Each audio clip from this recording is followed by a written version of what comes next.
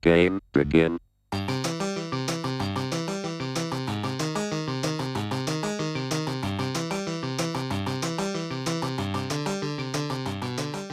Hey, thanks for tuning into the very first episode of the Spike Colony podcast. This podcast is going to regularly feature me and Michael Flores. This is our first episode. We were recording in the car, so it got a bit noisy. I have some aggressive sort of background noise reduction on here, making our voices a little bit robotic, but I hope it's a fine listen either way.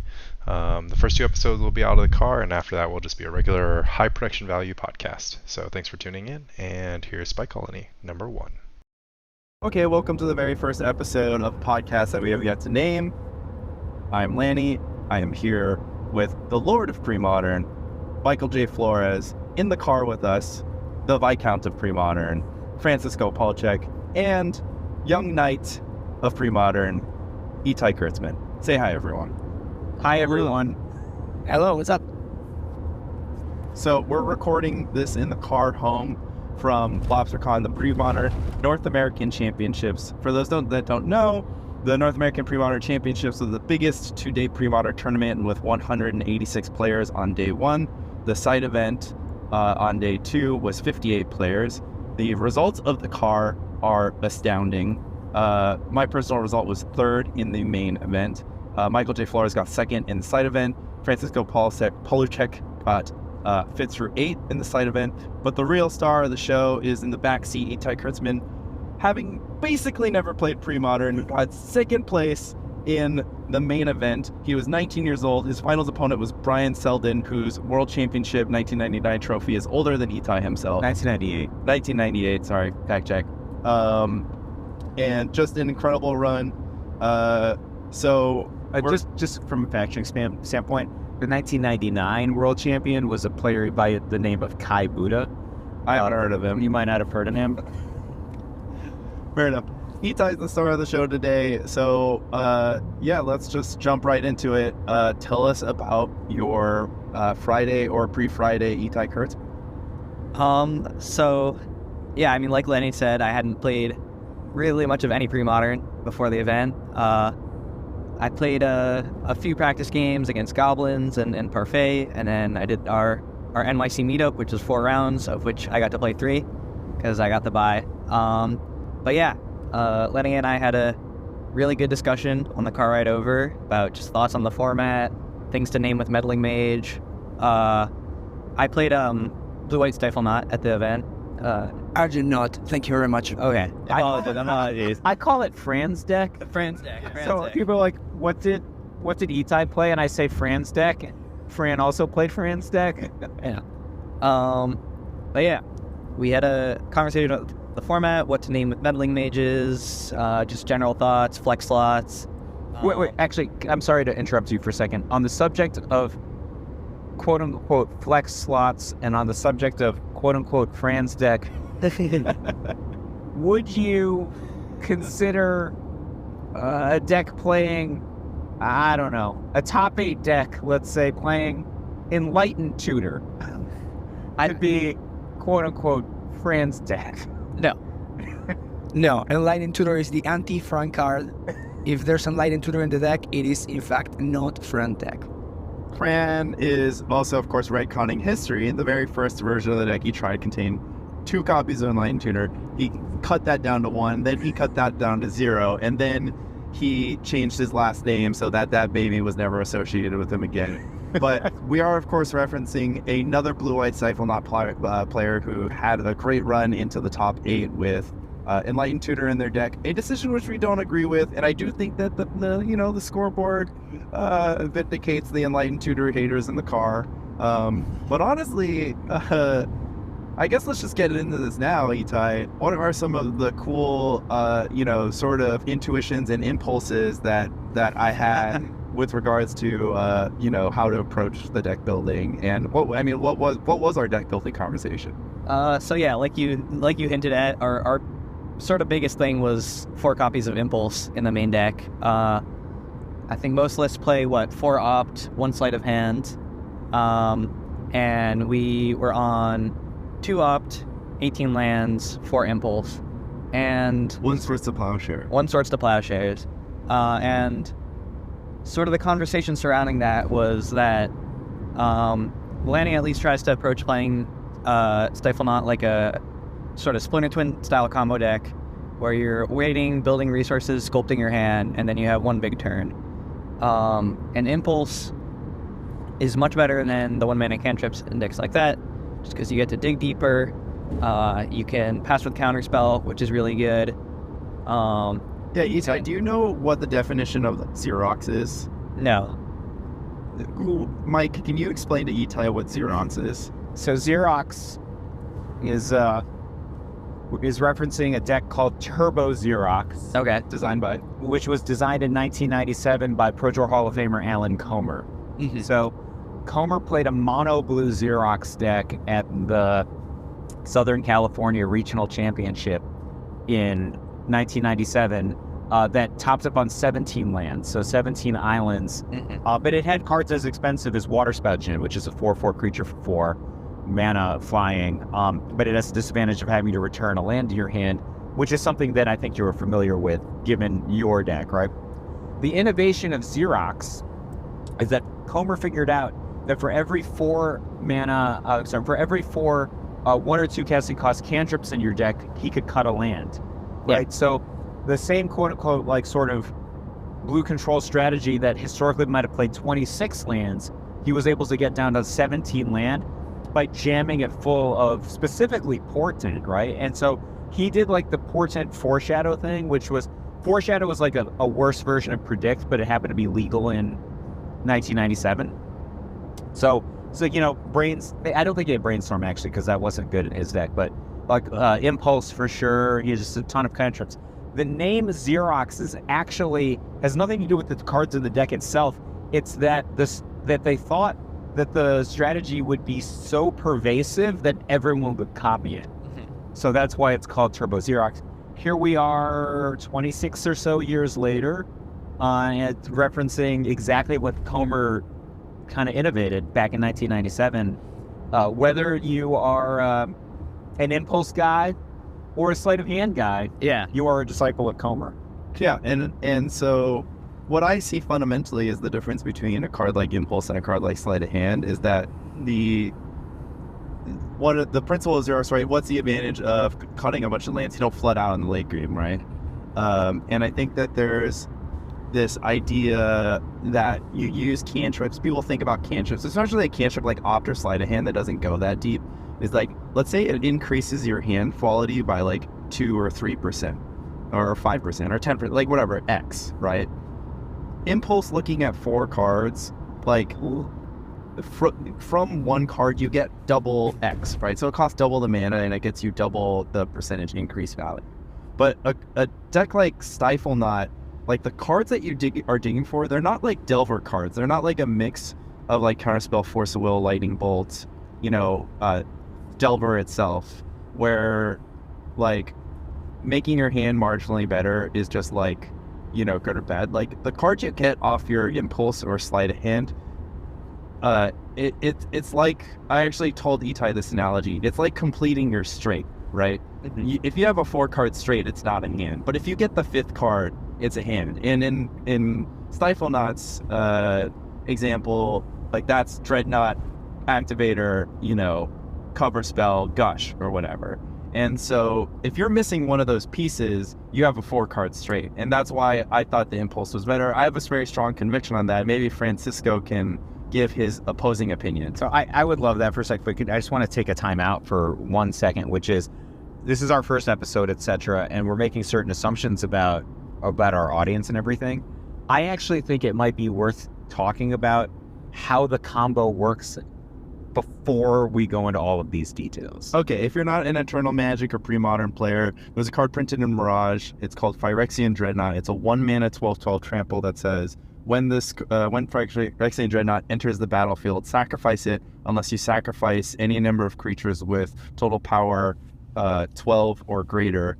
And then it uses either Stifle, counter target triggered or activated ability, or Vision Charm, target artifact phases out, and 2 other modes to get around that sacrifice trigger so that you have a 2-mana 12/12 at the end of the day, and you'll win in 2 attacks. But 2-mana 12/12 trample. 12/12 It's actually very important. because there are blockers. Yeah. Blocking happens in Premodern. And then there's a lot of like free spells like Gush, Daze, Foil that you pay 0 mana for, and in exchange you're either returning islands to your hand or discarding islands from your hand. When Lanny says there's a cover spell, right? Like you're completing your street isn't just completing a 2-card combo. Vision Charm is already itself kind of a cover spell because It phases out, you can dodge a plow. yeah, so your opponent can't remove the Phyrexian Dreadnought before you actually untap your mana, ready to defend it with like a regular counterspell. But having stuff like Daze on an early turn and Foil make it really difficult to stop the 12/12 player from just killing you in 2 attacks. And this is an incredibly powerful strategy. Blue-white version innovated by Fran, although he'll be quick to say that Etai played the best deck but not the best list. And then played to great effect by Etai in the 2023 North American Premodern Championship. Splash is white for Middling Mage. It's normally a blue deck in Francisco. He's not the first person to try it, but he's definitely the first person to, give it the love it deserved. Innovated a version that really leaned into the Middling Mage angle and some of the white cards in the sideboard. So I was opening the floor for Fran to talk about why he doesn't like Impulse. Yeah, so having played the deck, we already talked about like the Xerox philosophy, right? So what I did find about this is that you're playing an 18-land deck, but realistically you're actually playing 17 because you're playing the singleton planes, which is very important when your game plan is specifically Middling Mage, which by the way, it is 100% worth its inclusion. So a lot of argumenting has been going, particularly against Mike, who's continued to basically never would back down on the fact that Mono Blue Dreadnought wasn't a better deck. And I'm like, that just doesn't work like that because decks are not good in the abstract, they're good in context. And the fact is that the blue deck makes the straight more consistently than the white deck does. Exactly. But the white deck can also have quad aces, so the blue deck can't do that. I would love to debate the point, but there's going to be plenty of time for us to do that in future episodes of the podcast that has not yet been named. But there might not be infinite time for us to spend with Fran and Etai coming off of their wonderful finishes at the 2023 North American Premodern Championship. So for now, I will just say whatever Fran said is probably true, right? So he can back it up with a fit, and so can Etai. All right, so No mono blue player can back it up. Listen, anyways. So I played mono blue at an event once, and I won. And the guy, some guy came. I don't know his name. He's like, I got this deck on for some streamer. I don't know how to say his name. It's F-Balls, but I don't know how to say his name. That deck had main deck Phyrexian Furnace, and I never played it, so I don't know who would have won. He could play the card Meddling Mage, and that would have been pretty bad for me because he would have said Phyrexian Dreadnought that neither of us can combo, and he would have killed me with the 2/2. But that didn't happen. So there's only one champion. How many rounds were these respective tournaments? 4 rounds. Okay. How many rounds was the tournament that Etai got second place? I am not arguing that the tournament that I won was more significant than the tournament that Etai placed in. What I am saying is, for context, I've only played mono blue once. I got a note from Phil before he published the results. He said, "Did you actually not play any game 3s? You 2-0'd every opponent." I'm like, I didn't play any turn 4s. And he's like, "You second turn comboed 8 times?" And I said, something like that. Actually, I played a long game with Roland Chang. But I don't want us to be about mono blue. I said a million times, if I had to play Dreadnought deck, I would play Fran's deck right now. That feels like a retcon. Fran's gonna go back to 1-mana Keyedrew. Yeah, so as I was saying, the deck is actually playing 17 lanes. You gotta play that basic planes because Meddling Mage is kind of a big part of your strategy in actually many matchups. Stuff like the Mirror, decks like Stasis, decks like obviously Parfait.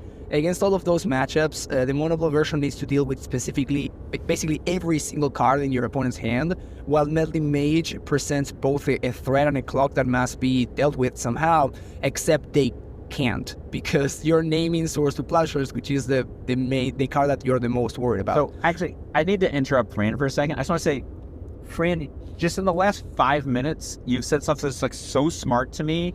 It makes me like feel like I understand stuff so much better. Like even when you say like this deck plays 18 lands, but it's actually like 17 lands. There's the point of like the contextualization of the planes is like so interesting to me. Then when we were testing last night and you had Etai sideboard and Disenchant in the blue-white standstill matchup, and I was just like, just thinking right now based on the stuff that you were saying, I'm like, oh, mono blue can't disenchant the humility, right? Like, Yeah, I'm like boomerangs it. So, yeah, so like, yeah, but then the humility comes down on the next turn. yes, you have to kill them, right? Like, so, but the other thing, I just wanted to point this out for something Lanny said already. Like, if anyone had ever said to me, and I've been testing with Lanny for months, it's ever said to me, blue-white 12-12, I think of it as a Splinter Twin deck, which is what Lanny had apparently said to Etai. I don't know how many horses you would have needed to pull me back from playing blue-white 12, but no one ever said that to me. What good are you? I thought you were the coach. Let the record show, I gave Mike blue-white 12-12 on Magic Online. You never said to me, It is at This least is a Splinter- plausible that I have mentioned it and you don't remember or didn't listen or disagreed. But, Fran, are we covered on the impulse discussion, or do you have anything else to say? Oh no, I have the Okay, most important get part is around coming right now. Okay, so we're only playing 17 lands, so like the amount of quote unquote one land hands that you're keeping is rather high actually. Like you're interested in keeping that. So obviously impulse is not very good when you only have a single land that you can play. And being able to maximize that is very important. Just being able to like hit your second land up is extremely important. But something else is that you basically always want to have access to 3 lands. Like 3 is the key amount of lands that the deck needs in order to function. Because your deck is pretty heavy on 2-drops. You have the 4 meddling mages, you have the 4 counter spells.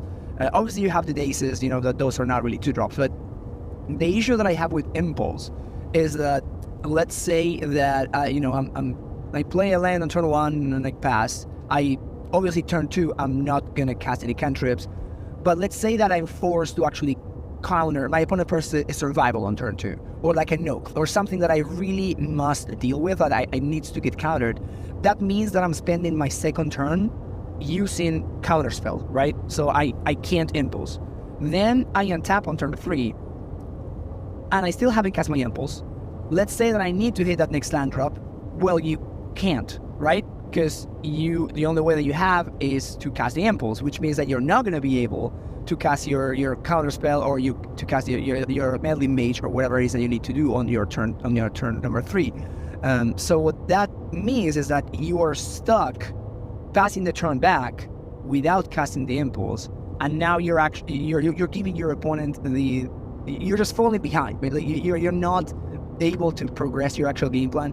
And I cannot stress enough how important this is when Gush is such a big part of your strategy, right? So a lot of people play this deck as I'm just gonna combo on turn 2, and like that's easy mode, right? That's like the level I play.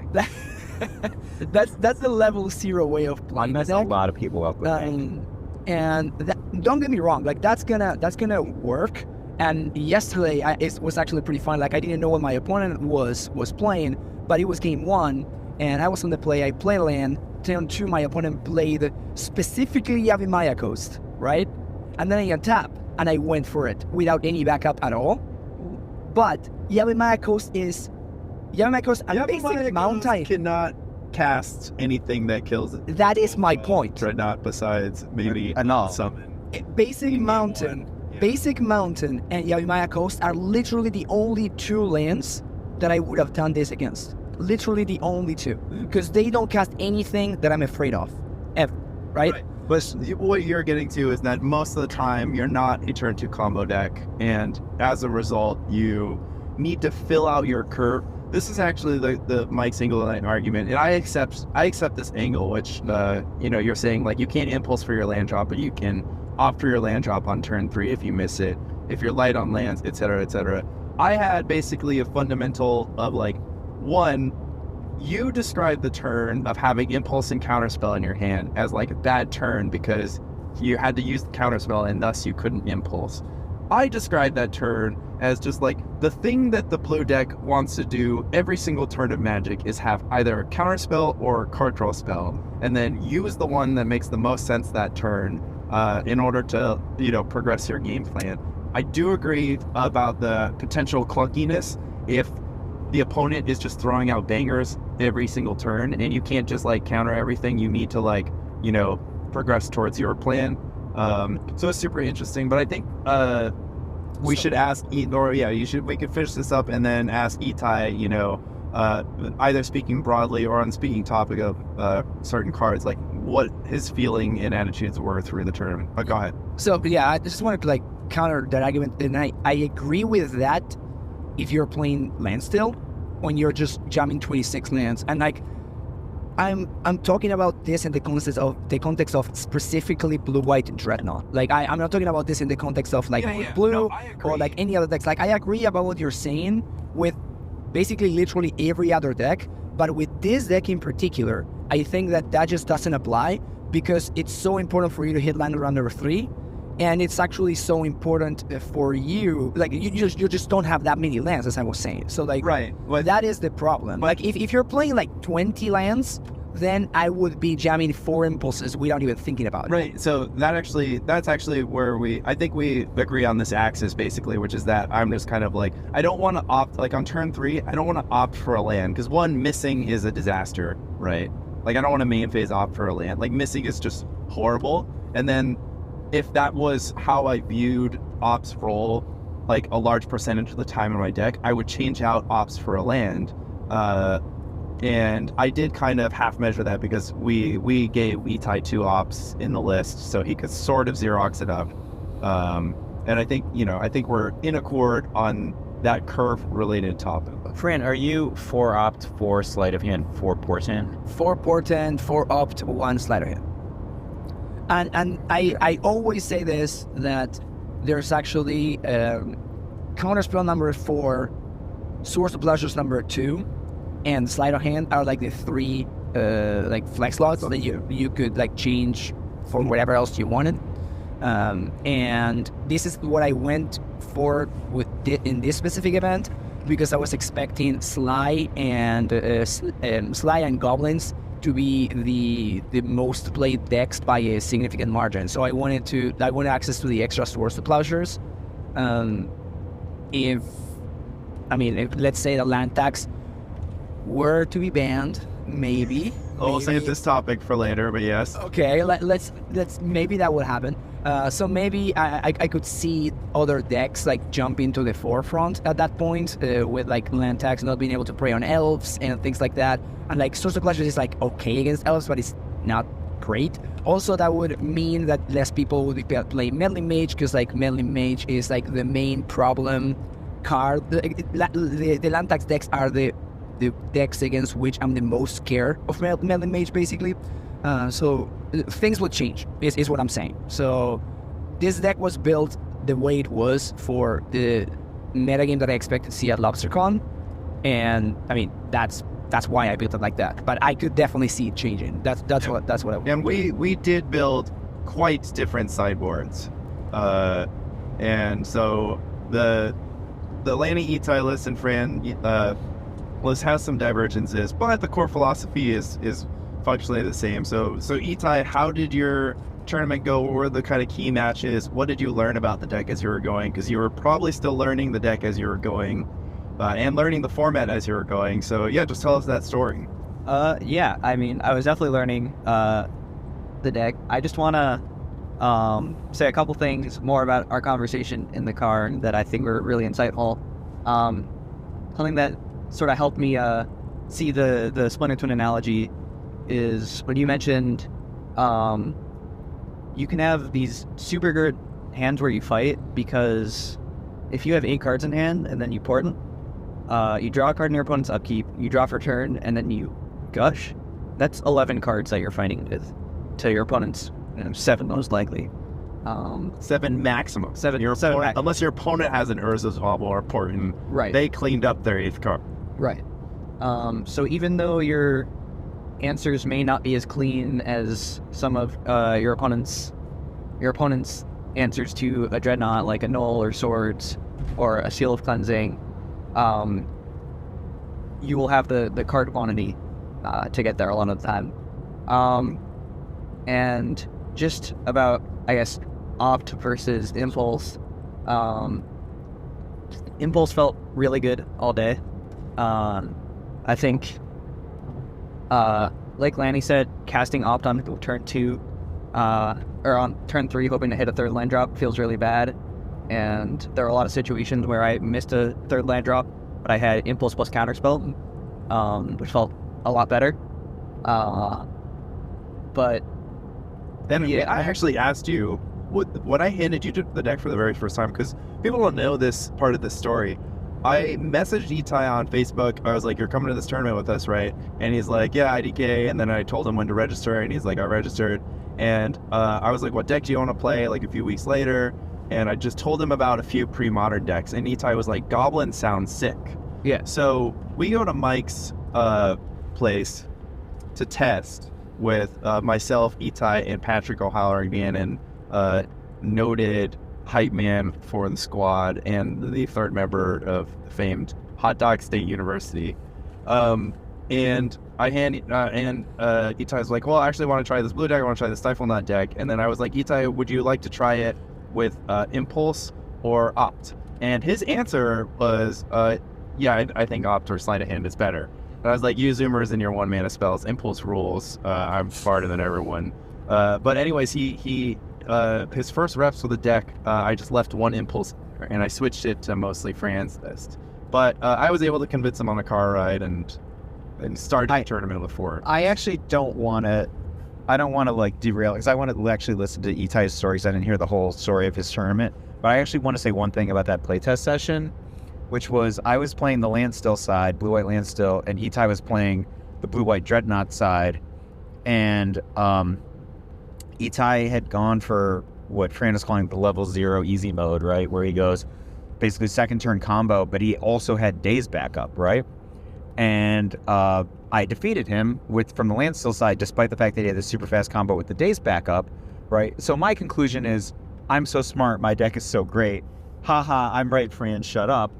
But the actual moral of the story is, in game 1 of the finals against Brian Selden, who's playing the Landstill side, Etai had the easy mode turn 2 combo and didn't play it because of that situation. Instead, he let on Meddling Mage, named Swords to Plowshares, executed on the 3rd turn instead, and they didn't play a 6th turn.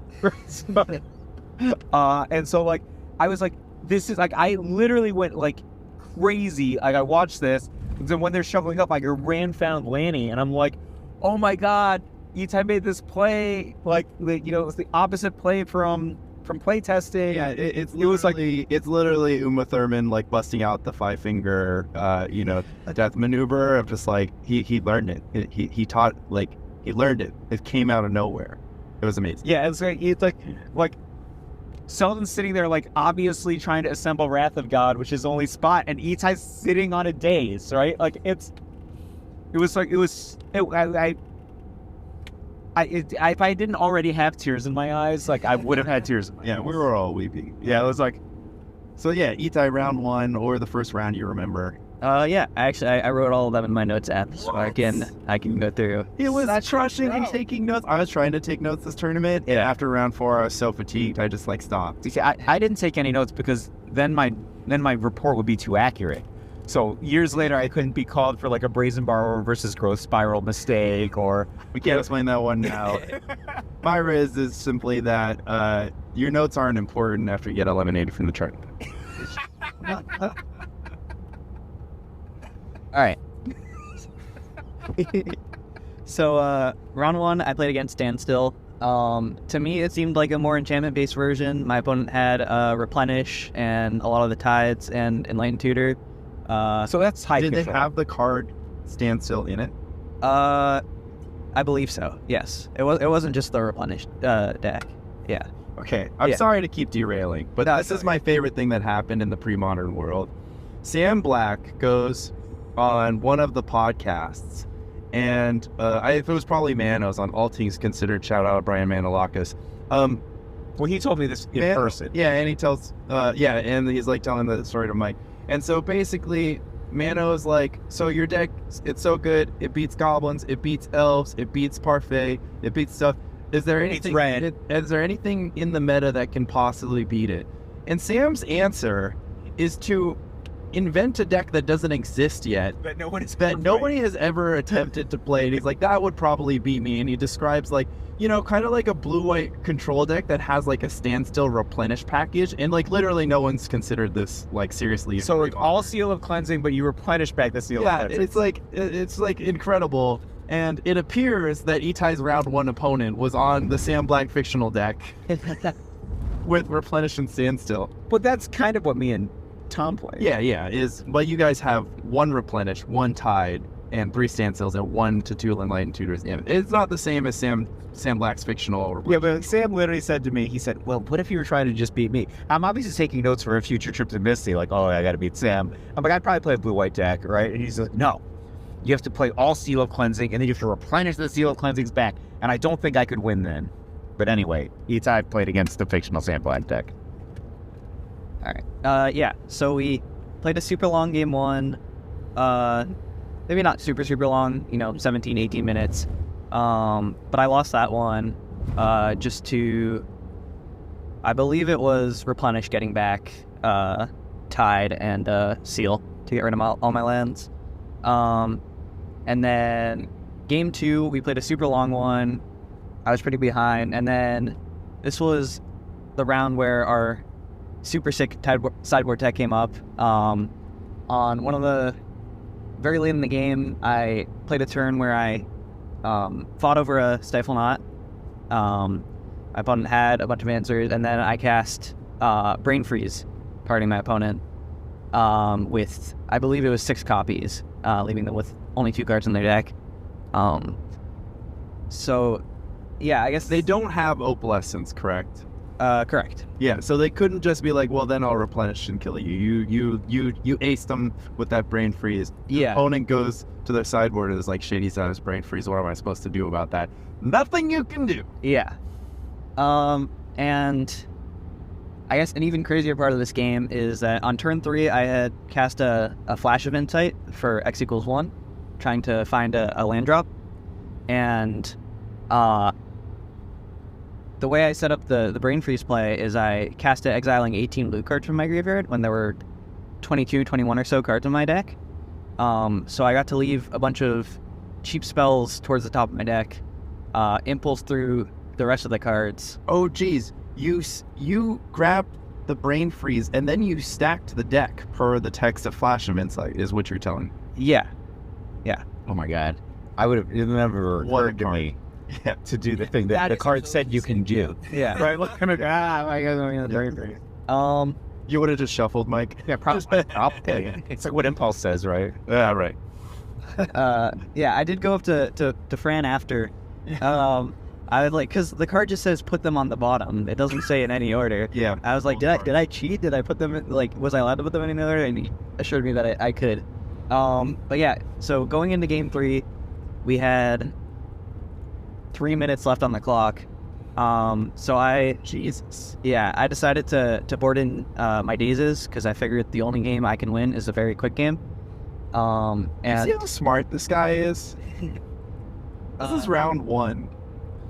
And he's already just in awe of how honed in he is. We're watching the top 8, and Mano said to me, hey, is this one of the Zoomers that you were talking about on my podcast, right? That think in a different dimensions than you. And I'm like, yes, and that kid was top 8 of MCG Vegas. like he's probably the second most decorated player in the room, playing against the first most decorated player.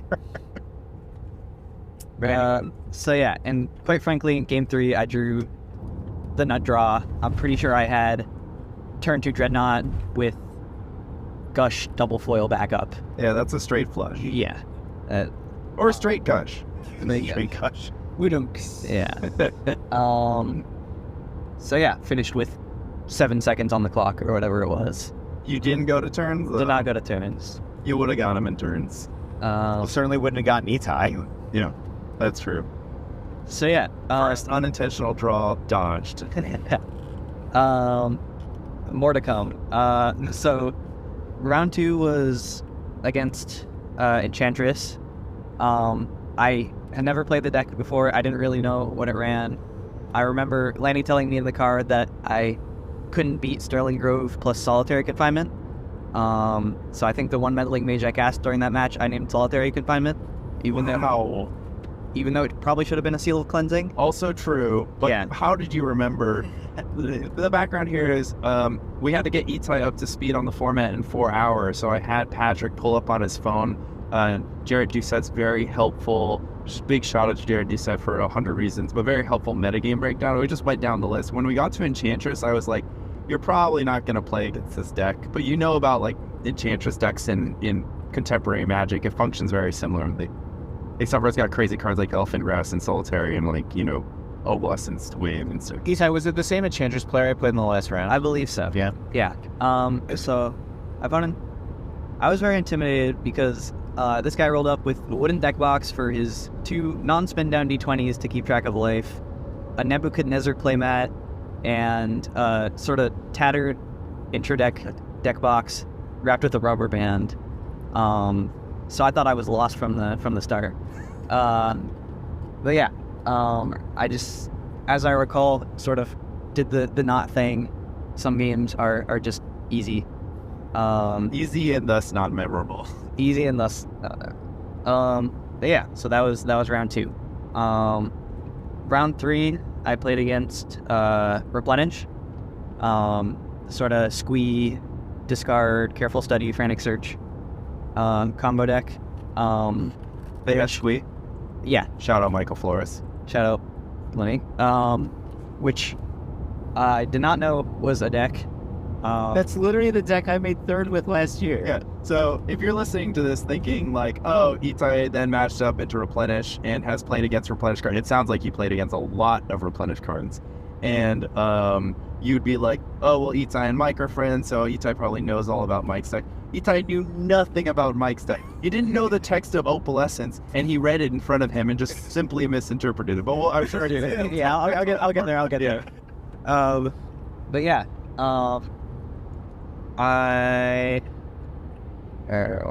so I got game 1.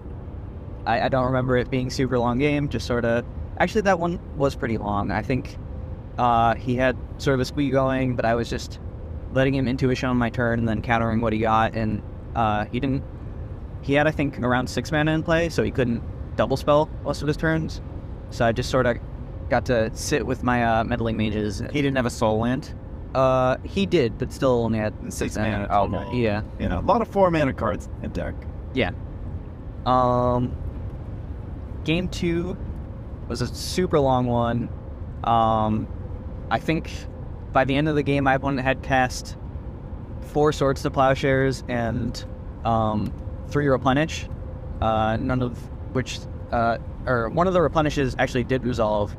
But I ran Either resolve or replenish. Oh, in my imagination, I'm like, he's cast 3 replenishes and the game's still going? Yeah. Right? Like, So one of them resolved. I managed to keep a couple lands in play with a Stifle and Swords to Plowshares. I don't remember exactly what I swords, but yeah, I ended up with some lands in play, but then did not have a counterspell for the 4th Replenish. And then game 3 was another one with not a lot of time on the clock. Boarded in Dazes again, took out Brand Freeze, which I had brought in for the matchup because my opponent was drawing a lot of cards. So I figured I could get them and have them die on their draw step. And yeah, that one did go to turns, but I managed to get it on, I think, turn 3 or so of extra turns with the knot. Still a concluded match. Yeah. Round 4, I played against a Judgment Madness style deck.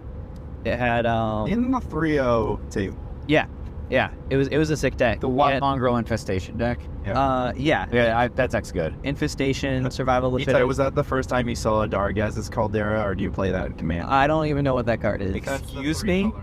What kind of hate speech is this? It's the 3-color land that bounces. Yeah. Okay. Daragaz Caldera I was don't not a defensive word. He played that card. I know. But yeah, it didn't seem like a favorable matchup for B just because of swords, and he didn't have really any way to interact with the not game 1 and game 2. I had some counterspell backup. Did you name anything with Meddling Mage in that matchup? Because that's got to be hard to read, right? Your opponent's Yeah. presenting Jund mana, and the card pool is all cards that existed before you were born. I Like, didn't That's why naturalize. you terminates in Modern. Yeah, naturalize. Yeah. In game 2, my opponent had Hull Breach instead, but I had You knew about Hold Breach, though, luckily, from our test. I did. And naturalize was the correct name for here. I don't remember the exact position, but it seemed good enough for me. Round 5, I played against Dimitri on Burn, who was, all my opponents were really nice and super awesome, but I don't know, I remember a particularly fun match with Dimitri. He was on Burn, which is a favorite matchup for the White Dreadnought, and he got unlucky with a multi-5 in game 2, so I got that one. Round 6, I played a feature match against the eventual champion Brian on Standstill. We played a pretty drawn-out game 1, which he won, but I felt like I was in for a long time, even though I might have not been. In game 2, if anybody goes back and watches the coverage, definitely notice I was playing pretty sloppy, and I ended up casting a Brain Freeze when I thought my opponent had fewer cards in his deck, and I should have waited a couple more turns at least, but at that point we had a minute or so on the clock, and I was feeling the pressure,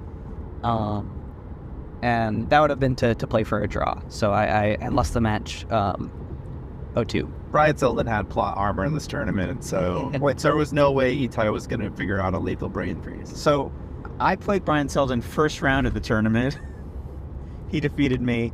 Then he defeated Etai, or he defeated you He first? defeated me, and then he got paired against Etai immediately the round afterwards. Defeated Etai, and then I actually sat next to Etai's Burn opponent. Talk about your opponent some more, because this was the gentleman that you were speaking Hebrew with, right? Oh yeah.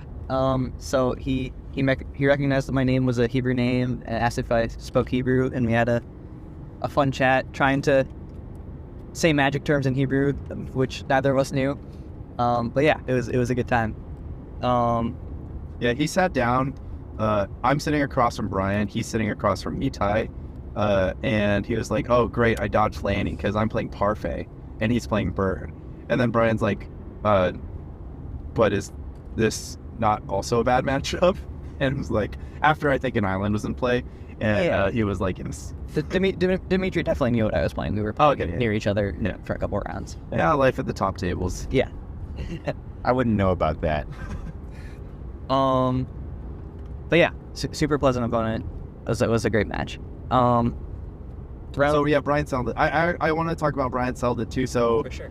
how did it did it feel different? We were obviously intimidating you by explaining to you about how, again, Brian Selden's trophy is older than Etai. What does it feel like? Because I know you're a common competitive Magic player, and the pre-modern room is going to be much different. So was it something did you feel extra nerves that you were in a coverage match against a world champion, or were you dialed in, or a mix? Do you think it was a nerves-related blunder with the Brain Freeze, or what was? I think it definitely was a nerves-related blunder, but I think it was more about the clock than the feature match. Yeah. I think I'm pretty good at tuning out who is my opponent, who's watching, etc. You could sit across from PV to tomorrow and play exactly the same. I would hope so. Yeah. No. Well, hopefully a little better than this match, but yeah. Oh my god, what did I think it was most of the time. But yeah. So now Through our future. Yeah. now I'm 5-1, and What's the top 8 cut feeling like at this point? We were pretty sure. We had checked, Swiss Triangle in the morning, and we thought 611 was a clean cut. No. We said 6-1-1 bubble. So we had put in a like 250 person tournament, Right. And we were like 6-1-1's gonna bubble. We reduced it to 186 when we found out that it was 186, and we were like, okay, like somewhere between 1 and 3 6-1-1s won't make it, but a lot of unintentional draws were busting our stuff. 70 people didn't show up? Yeah, something like that. So going into round 7, So Rebel could definitely have come. that's correct.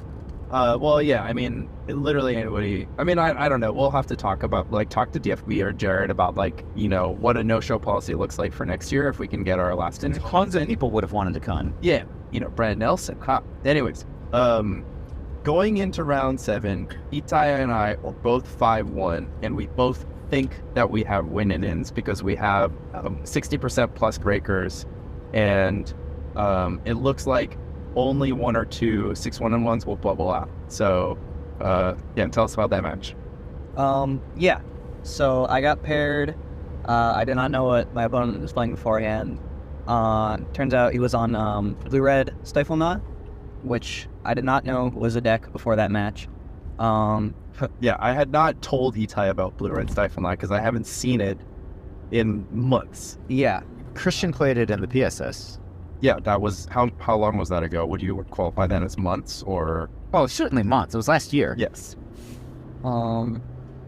Yeah. So I think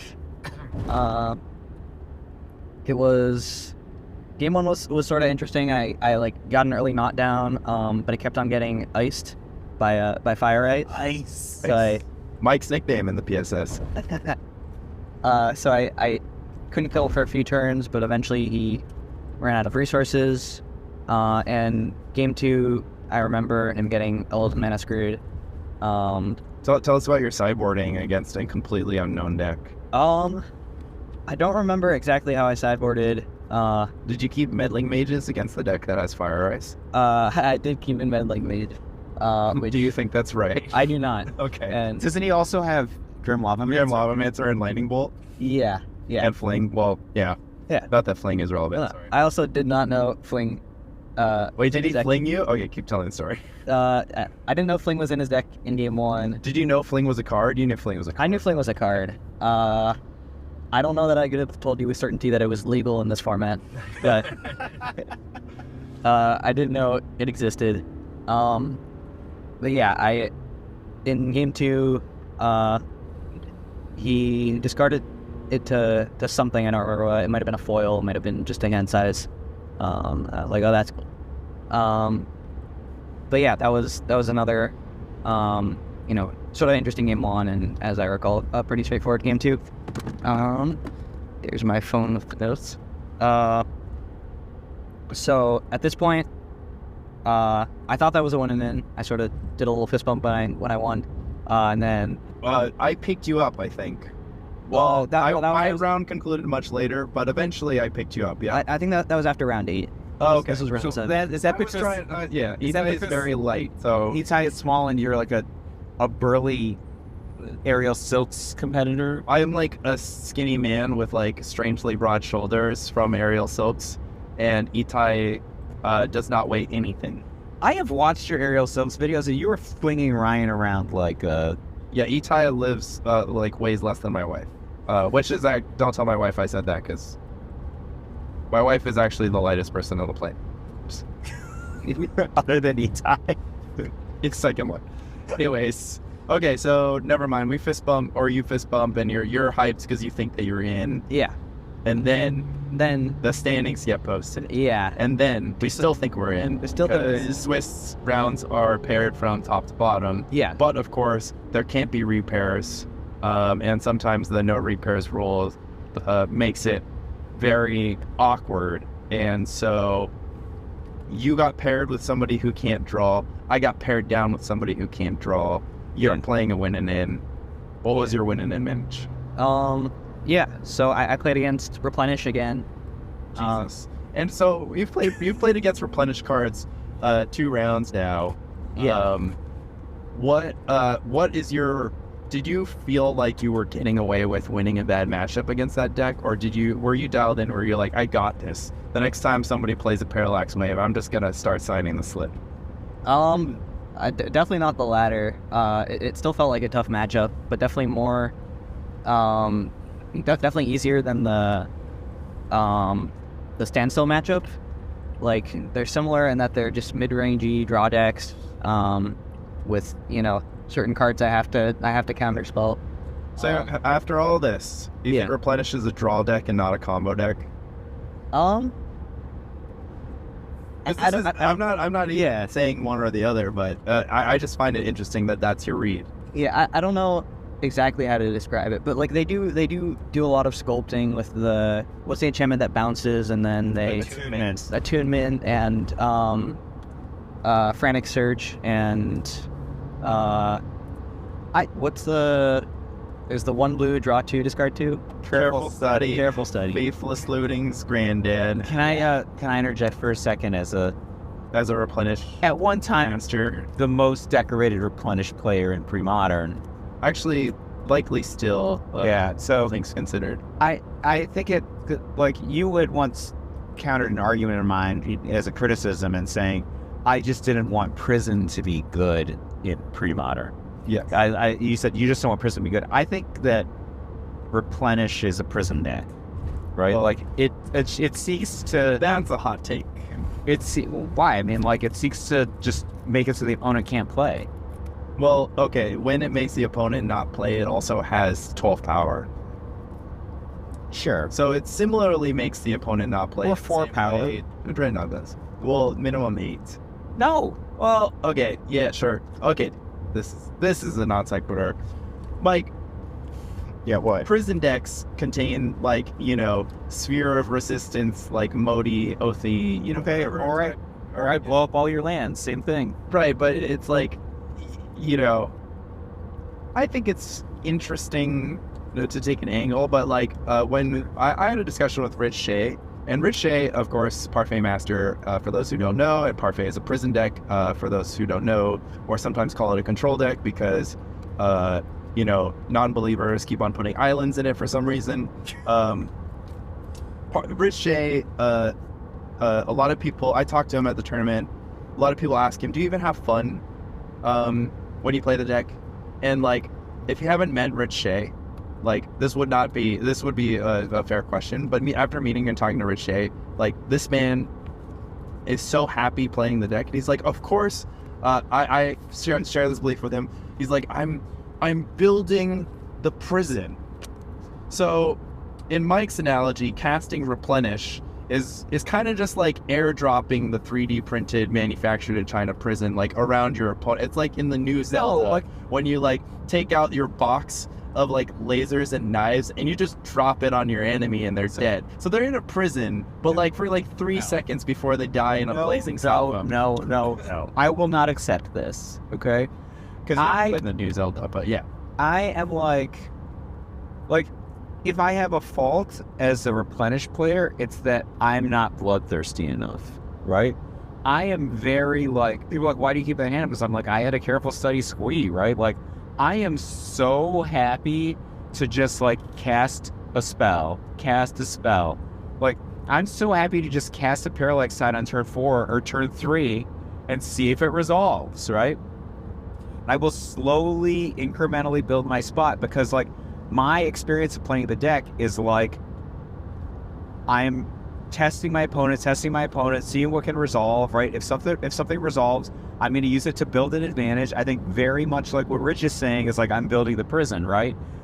Like, replenishing all your permanents into play is not only is it the easy mode, but it is terrible relative to like the Dreadnought easy mode. The Dreadnought easy mode you do on turn 2 with, Gush Foil Days backup, right? Like, if my whole game plan is to just like intuition and frantic search on my permanents in my graveyard so that I can replenish them, how fragile am I to a single counterspell? Well, that's the question. Very, very fragile, right?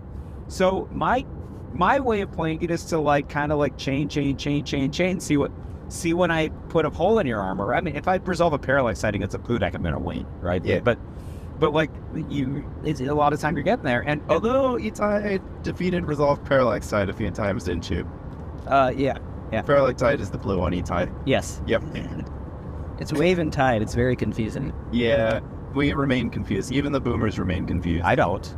I know which one's which. Okay. Note. Mike is like, call. Call. Some boomers know. Okay, so Etai,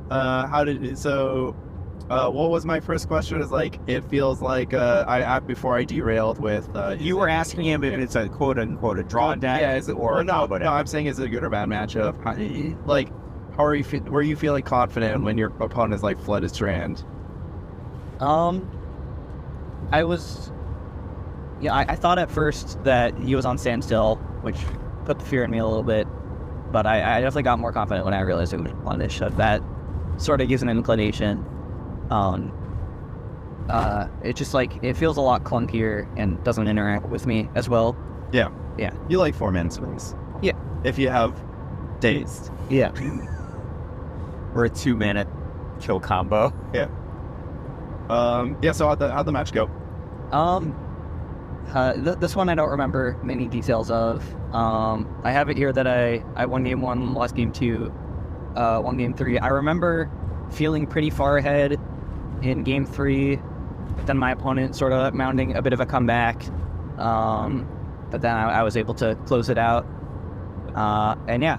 That was the opalescence bullet. Oh yes, okay. Yeah, I should sell this. Fran reminded me. So I was actually watching this part of the game. That's why I thought it was funny. Yeah. So game 3, I was attacking my opponent with meddling mages. Yeah. Okay. It's sort of coming back now.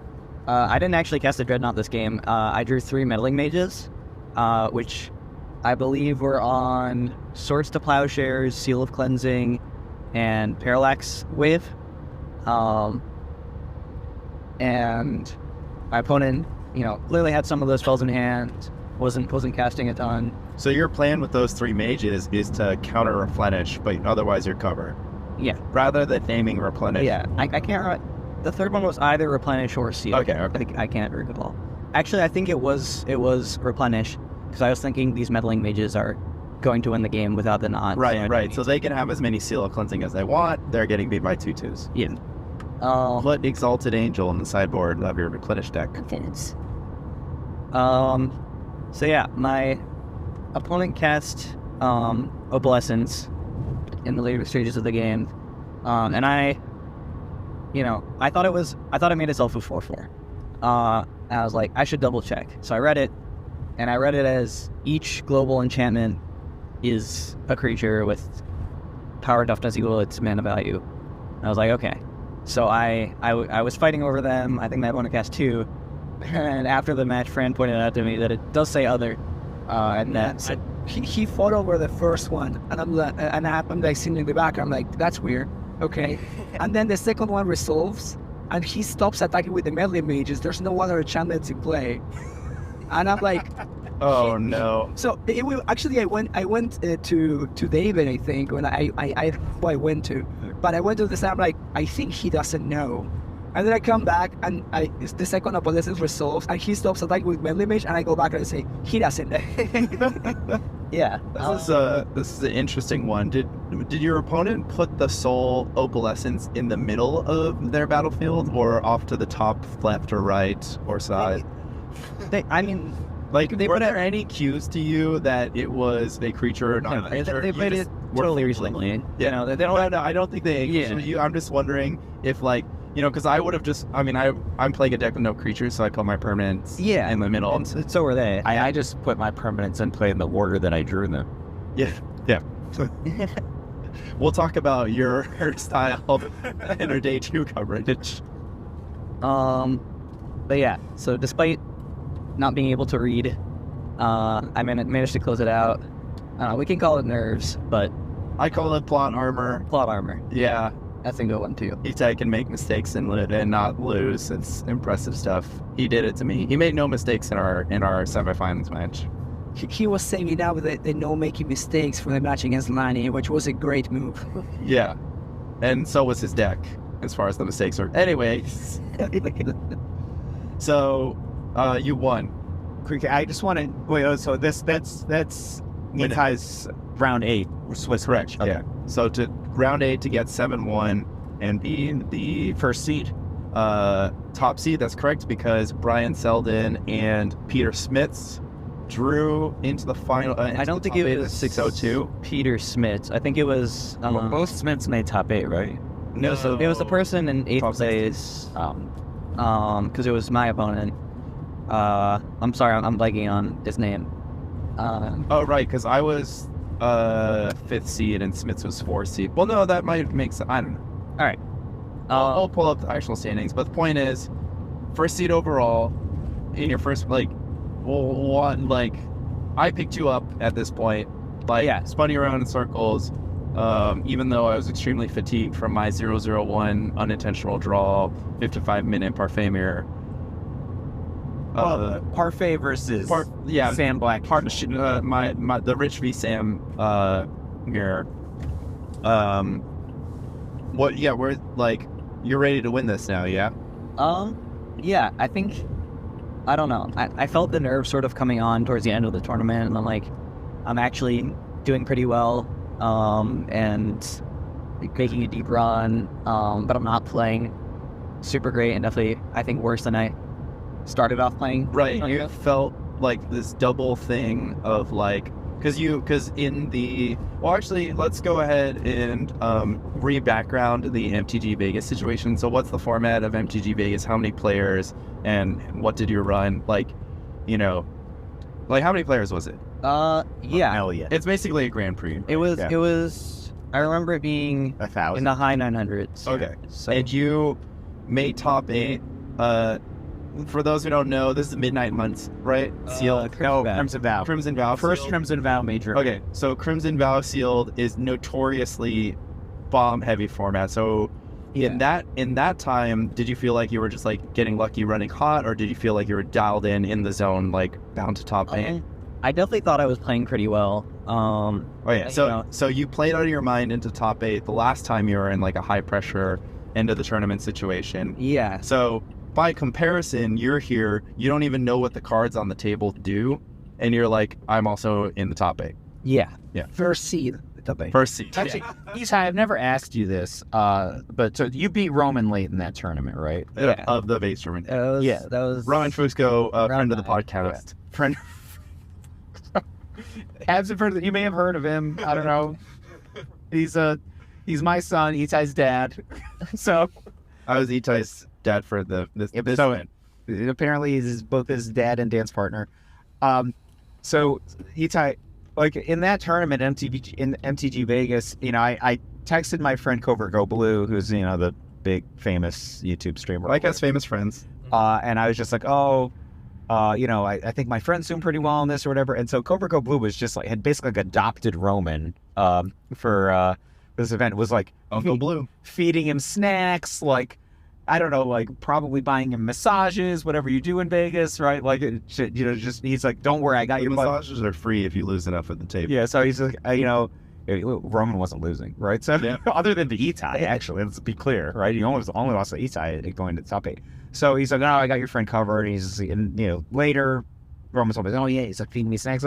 Did Covert Go Blue also take care of you, or only take care of Roman? I didn't talk to Covert Go Blue after that wasn't Vegas that you introduced us. We met when Hot Tech State University. Oh, so Yeah. you just didn't hang out with them in Vegas at all? Yeah. Okay. Did Roman share his snacks, or just kept all the items to himself? I mean, we were in separate pods for the last draft, so we didn't interact a ton, except we actually registered each other's decks, which was funny. All right. But yeah, no, I was sort of flying like on my own for that event. I almost didn't go. Good thing you did. What? Good thing you did. Yeah, but I, you know, had my own hotel room. Yeah, that Didn't was go the to day Temple. that you became a certifiably great Magic player. Thank you. Well, yeah, I mean, you know, you got to put up results, right? You Yeah. can't just like win F&M. What is the day that I became a certifiably good Magic player? Hasn't happened yet. We all know what your accolades are. are substantial. Listen, if you're curious about Mike's resume, just look it up. It's just for itself. I'll tell you what. Talk to Tom Matelski. Thomas, He'll let you know with my accomplishments. Big shout out to Tom. We'll tell that story in a little bit. But Etai top 8. Yeah. Yeah. Also, I guess, just to do a comparison, I was also first seed going into the top 8 of that tournament. I was feeling it a lot more for that one. You still had all these. I still had all. Yeah. Yeah. Because I wanted to clarify, it wasn't his first top seed. Yeah. No. Let's be clear. But yeah, I think a couple things helped, which is that I think being on the play with Dazes is even more significant than being on the play as Unlimited. No, Daze is a magic card that reads 1 and a U, counter target spell unless its controller pays 1. You may return an island to your hand instead of paying the mana cost in Daze. Why is that so good on the play, Etai? Because I play my Stifle Knot and then they die because I counter their spell. Nice. Yes. But yeah, so that helped. And then also, Fran informed me that there were no prizes for this tournament.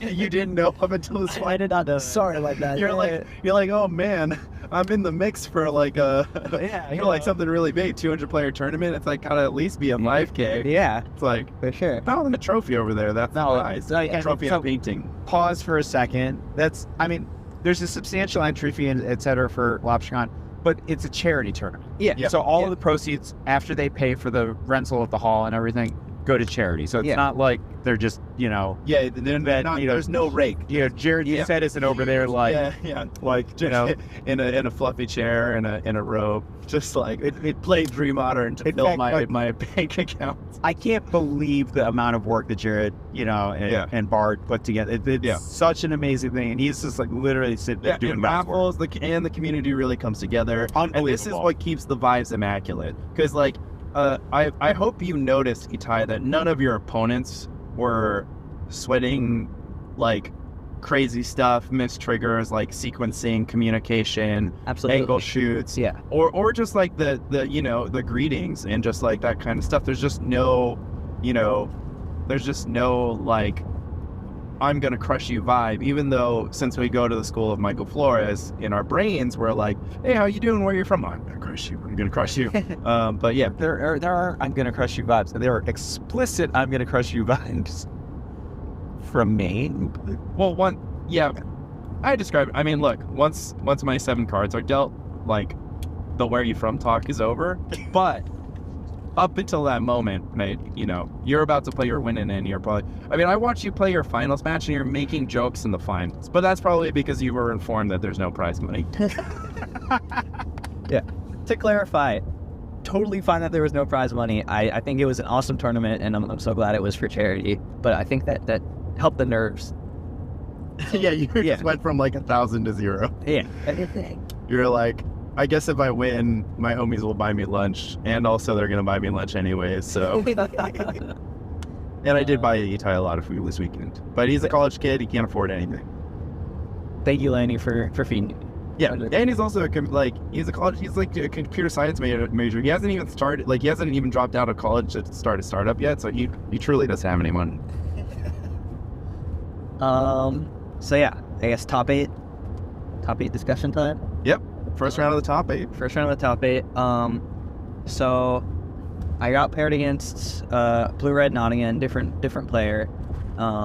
Unreal to me that after months of radio silence, two Blue Red Knot pilots at the top tables. Yeah. Yeah. Is Blue Red not good? Etai, is Blue Red Knot good? I guess it sort of comes along with what I'm going to talk about in the match. I think in our match, Did you keep meddling mages this time? No. Thanks to Fran. Yeah. Downloaded. Yeah. But I think the differences in our decks really shone through in that match. I can't remember if this match or the other Blue Red Knot players, but I remember it being awkward for my opponent to cast Gush because I had multiple mountains in their deck. Yeah, I actually want a quick aside. Etai, are you understanding of the idea that enemy-colored mana bases are worse in pre-modern because there's no enemy-colored fetches? Like, did you put that together today or yesterday? 2 days ago? Yeah. Okay. And Imagine coming to the format and being like, I want to play a blue-red deck, and then the format just being like, Okay, keep going. all right. So yeah, the mountains made it awkward to cast Gush. And I thought the Lotus Petals were really weak. They just sort of They also play Lotus Petals still? I mean, blue-red, it's like, we haven't seen it in a while. Fran, I'm sorry to derail you. I don't understand any of this stuff. Fran, explain to me why they're playing Lotus Petal. So they're playing Lotus Petal because the mana base is very much unsolvable. So you kind of have to play Lotus Petal. Also, they're a lot more all-in than the blue-white version. So they try to. It's basically an entirely different deck. Like you look at both like blue-white / mono blue, and you look at blue-red, and the approach to the game, like the way that the decks play out, is dramatically different. Like, obviously, I think that you can't really afford to play Daisies and Gushes in blue-red. Like, straight up, you can't. You can't, but those are the best cards. That's why I don't play blue-red.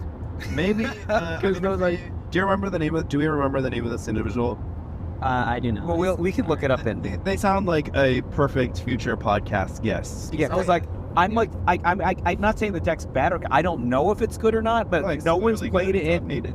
It's not been played in any of our events. I play events every month, like stuff like that. And There's probably an angle. It probably plays better into Exactly. decks. but Yeah, it's not that it's definitely not bad. It's a very cool hard argument. player's deck.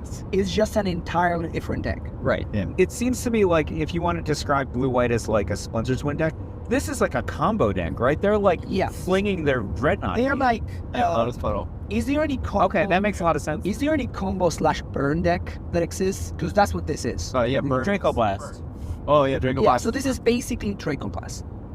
Okay, so Draco Blast is a completely different deck than like a black-red mid-range control deck. Is like how you would. Okay, yeah. Exactly. Because I learned a lot about Draco Blast this weekend somehow. I mean, this isn't about me, but I am so excited to build David Daniels' Draco Blast deck when I get home. I think I have Insidious Dreams in the Unsorted deck, Unsorted Rares box. It's certainly not in the Sorted Rares box. Yeah. All right. So how'd the match go, Etai? Yeah. So I think I remember them being two pretty close games. I think game one and But only two. only two. Yeah. My opponent, game one, we were fighting over knots. He was pinging me with a Grim Lavamancer, and then in the last turn he went for a lethal dreadnought into fling, which I had counter for. I don't remember like how much we fought over it, but I killed it with. Did you bring Blue Blasts in against them? Yeah, I did. And then game two was, I thought I was ahead for most of it, but it ended up being a lot closer. I ended up at 3 life with an untapped Grim Lavamancer on their side. They just, got me a bunch with the Grim Lavamancer plus the damage from my wastes and fetches. But I was able to just close it out. So yeah, my opponent was like wondering at the end if they missed an attack. I don't think they did. But that match was streamed. Missing attacks with Grim Lavamancer is very easy to do, though, because you always do your turn planning, and then things happen, and you like miss an activation when you thought you could have had one, and like nothing you could have done. So. Wait, so I'm just like plotting this out because I'm just listening to what Fran said before. Etai explained like the conclusion of this match. I guess if somebody just like breaks 2 fetches, you can just like throw 2 lightning bolts at them and then combo them with your 3. Yeah, but that's a 4-card combo. To save 1 turn of attack. Yeah, but you get other action though, right? Like you could also first turn combo them. No, actually, philosophically, right, Fran, would you agree that the blue-red player is probably thinking that they're favored because they get to present a clock, in addition to threatening the combo? Like, not all things being held equal, of course, because red cards aren't as strong and they won't have access to stuff like Plow. But like, we talk about this the kind of stuff that's good into Dreadnought all the time, and if you have clock plus disruption, that's normally a good recipe. Yeah, the problem is that you get to blank a lot of the red cards because, like lightning bolt doesn't really do anything against you. So like literally the only card that matters is Grim Levimancer. No, but it chip shots you so that they can combo you, though. Well, it's you not have worth the Plow. card. You have Plow, and like they don't have as much counter magic as you do, so there's not that many cards that matter from their side. It's So they really need to board in Jackal, is what we're saying. Wait, they have Yes. Jackal Pup too? No, I'm saying. But if they had Jackal Pup, it would be a lot harder because you're basically winning 80% of the counter wars because they can't afford to play as much counter 'cause- magic. Yeah, they're because less they like- efficient. Because their island count is so much worse. Their icon is worse, their mana base is worse, so sometimes they may struggle with that. They also need to play more actual sources than with the Lotus Petals and stuff. So they have that thing. So because of that, I personally feel favored in the Sula mirror because you don't need to. You need to know what you need to fight over. And they are very much the aggro deck. I feel like we have the inevitability. So they need to put something into play and try to pressure you weakly. But you're playing like post-board, you're playing like 4 Source of Pleasures and like Last Breath, which cannot matter. I think that because you have blue last, you don't even bother with the Last Breath anyway. Yeah. And you also, funnily enough, if they fling you, or like if their game plan is fling, you have the anti-fling, which is you just plow your dreadnought, and that basically blanks their combo as well. Yeah, 2 for 2. Yeah. So even they do have that aspect to it. You have the exact opposite. Like plowing your own dreadnought is actually something that comes up very often in that matchup, and then in the biggest lie. So, but they have the additional angle of just first turn combo with Days Back Up, right? Like that's because they have Lotus. Yeah, because they have Lotus Middle, but that's incredibly narrow. Yeah, Casino Dreadnought. Are you saying the dealer could help me out with this? I would say that this is dealer related, straight flopping a straight. Yeah. You think that by agreeing with this question, you may have just ruined my Misty performance? Yeah. I can't wait to tell this backstory. Okay. Anyway, Etai. So yeah, it was a good match. Very well played by my opponent. I think it was covered. So I think one I'll be looking to go back and watch. Then the semifinals didn't start for another hour and a half after the Crazy. final. Yeah. Oh man. I wonder whose fault that was. That's crazy. Yeah. You was got- Lanny. You have time to rest. It was Lanny. Intentional. I was like, win or lose in this quarterfinal match, I just need to make sure that my boy Etai gets his water, gets his snack. So I'm just gonna take an extra hour here. Quentin Selden completed their top 4 match, so there was no problem for the feature match table. Yeah, the feature match table was used for how many out of the top 8 matches, both the semifinals, the finals, and a quarterfinal. That's pretty good. Yeah. I did it for the community. So yeah, I mean, I could have been resting, but to be honest, I was so stressed watching Lanny's semifinals match. I thought he had it locked up, and then it looked like he might be falling behind again. And I don't really know how parfait works. Wait, I actually want to ruin the tempo of this because you're just saying this right now. Like, Lanny will tell his version of this however he's going to tell it. But I'm obviously watching this match behind Lanny. Clearly who I'm going to be cheering for at this table. His opponent is probably a pillar in the community of high standing. But, I'm cheering for Shout out Peter Smith, you rule. for my friend. And it's game 3. Lanny's like first turn land tax versus first turn goblin lackey, right? So Lanny doesn't have any answer to the goblin lackey. He's about to get hit by the goblin lackey, but he's got a second turn oath. Smith hits him with the goblin lackey and casts what, Lanny? Tranquil Domain. That's okay. Lanny's second turn upkeep, he Enlight tutors for another Oath of Druids, plays it on second turn, and then what happens? I believe naturalized. It was natural. Yeah. And I'm looking over and I'm like, well, top 8 is great, Lanny.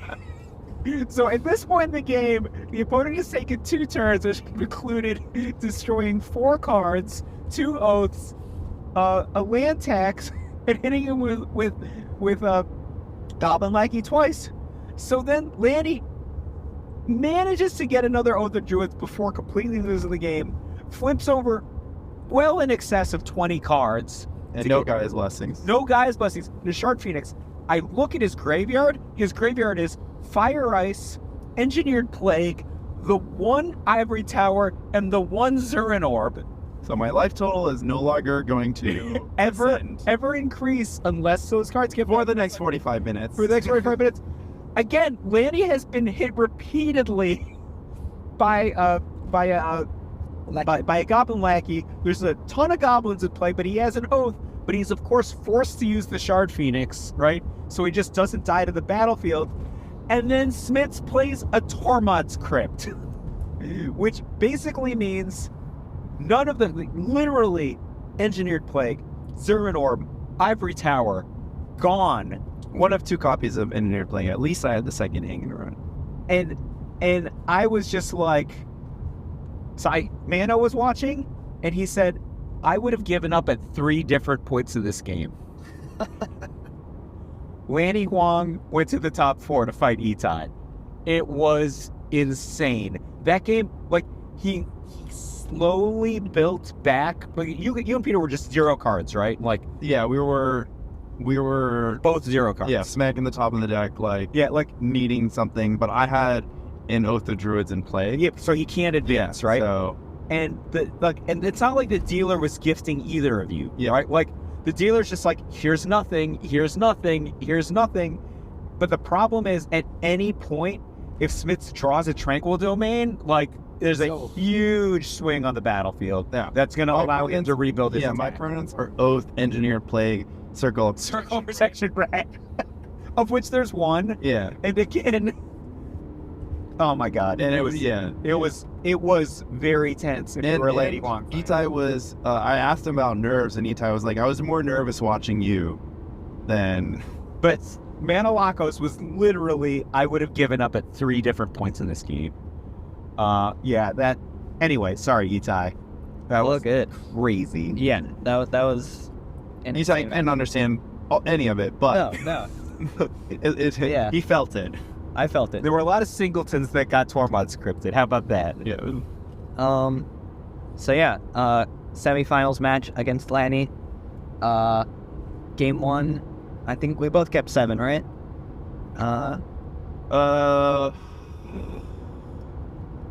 Game 1. I think so. Yeah. So I think I kept like land tax, seal of cleansing, or something like that. Right. Or land tax plow. Right.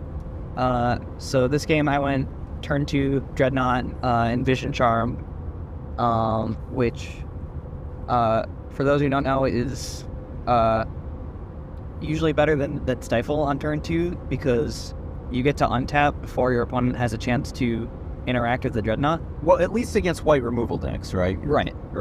Against red decks, you'd rather have Stifle, right? Right, if you want the dreadnought to Yes. Against white decks, but Etai's feeling pretty good. Yeah. Phased out dreadnought, 2 islands, and a counterspell on hand. Yes. And yeah, I mean, I think I just attacked twice with my 12/12 in that game. Yep. Yeah, after 2 hours. Yeah. The match went quick. That was game 1. It's gonna be so great to click on the YouTube link for this match and just be like, 5 minutes. Yeah. Well, it kind of tells you who wins if it went 5 minutes. And then game 2, Lanny mulligan to 5. I kept a 7 with, I think it was a counterspell, a meddling mage, a cantrip, a vision charm, and a few lands. And Lanny goes turn 1 land, Mox Diamond to rest me, takes my counterspell, and I draw the knot. He goes duress, land tax on his next turn, and I think This is I remember this very vividly. Yeah. Okay. Do you want? So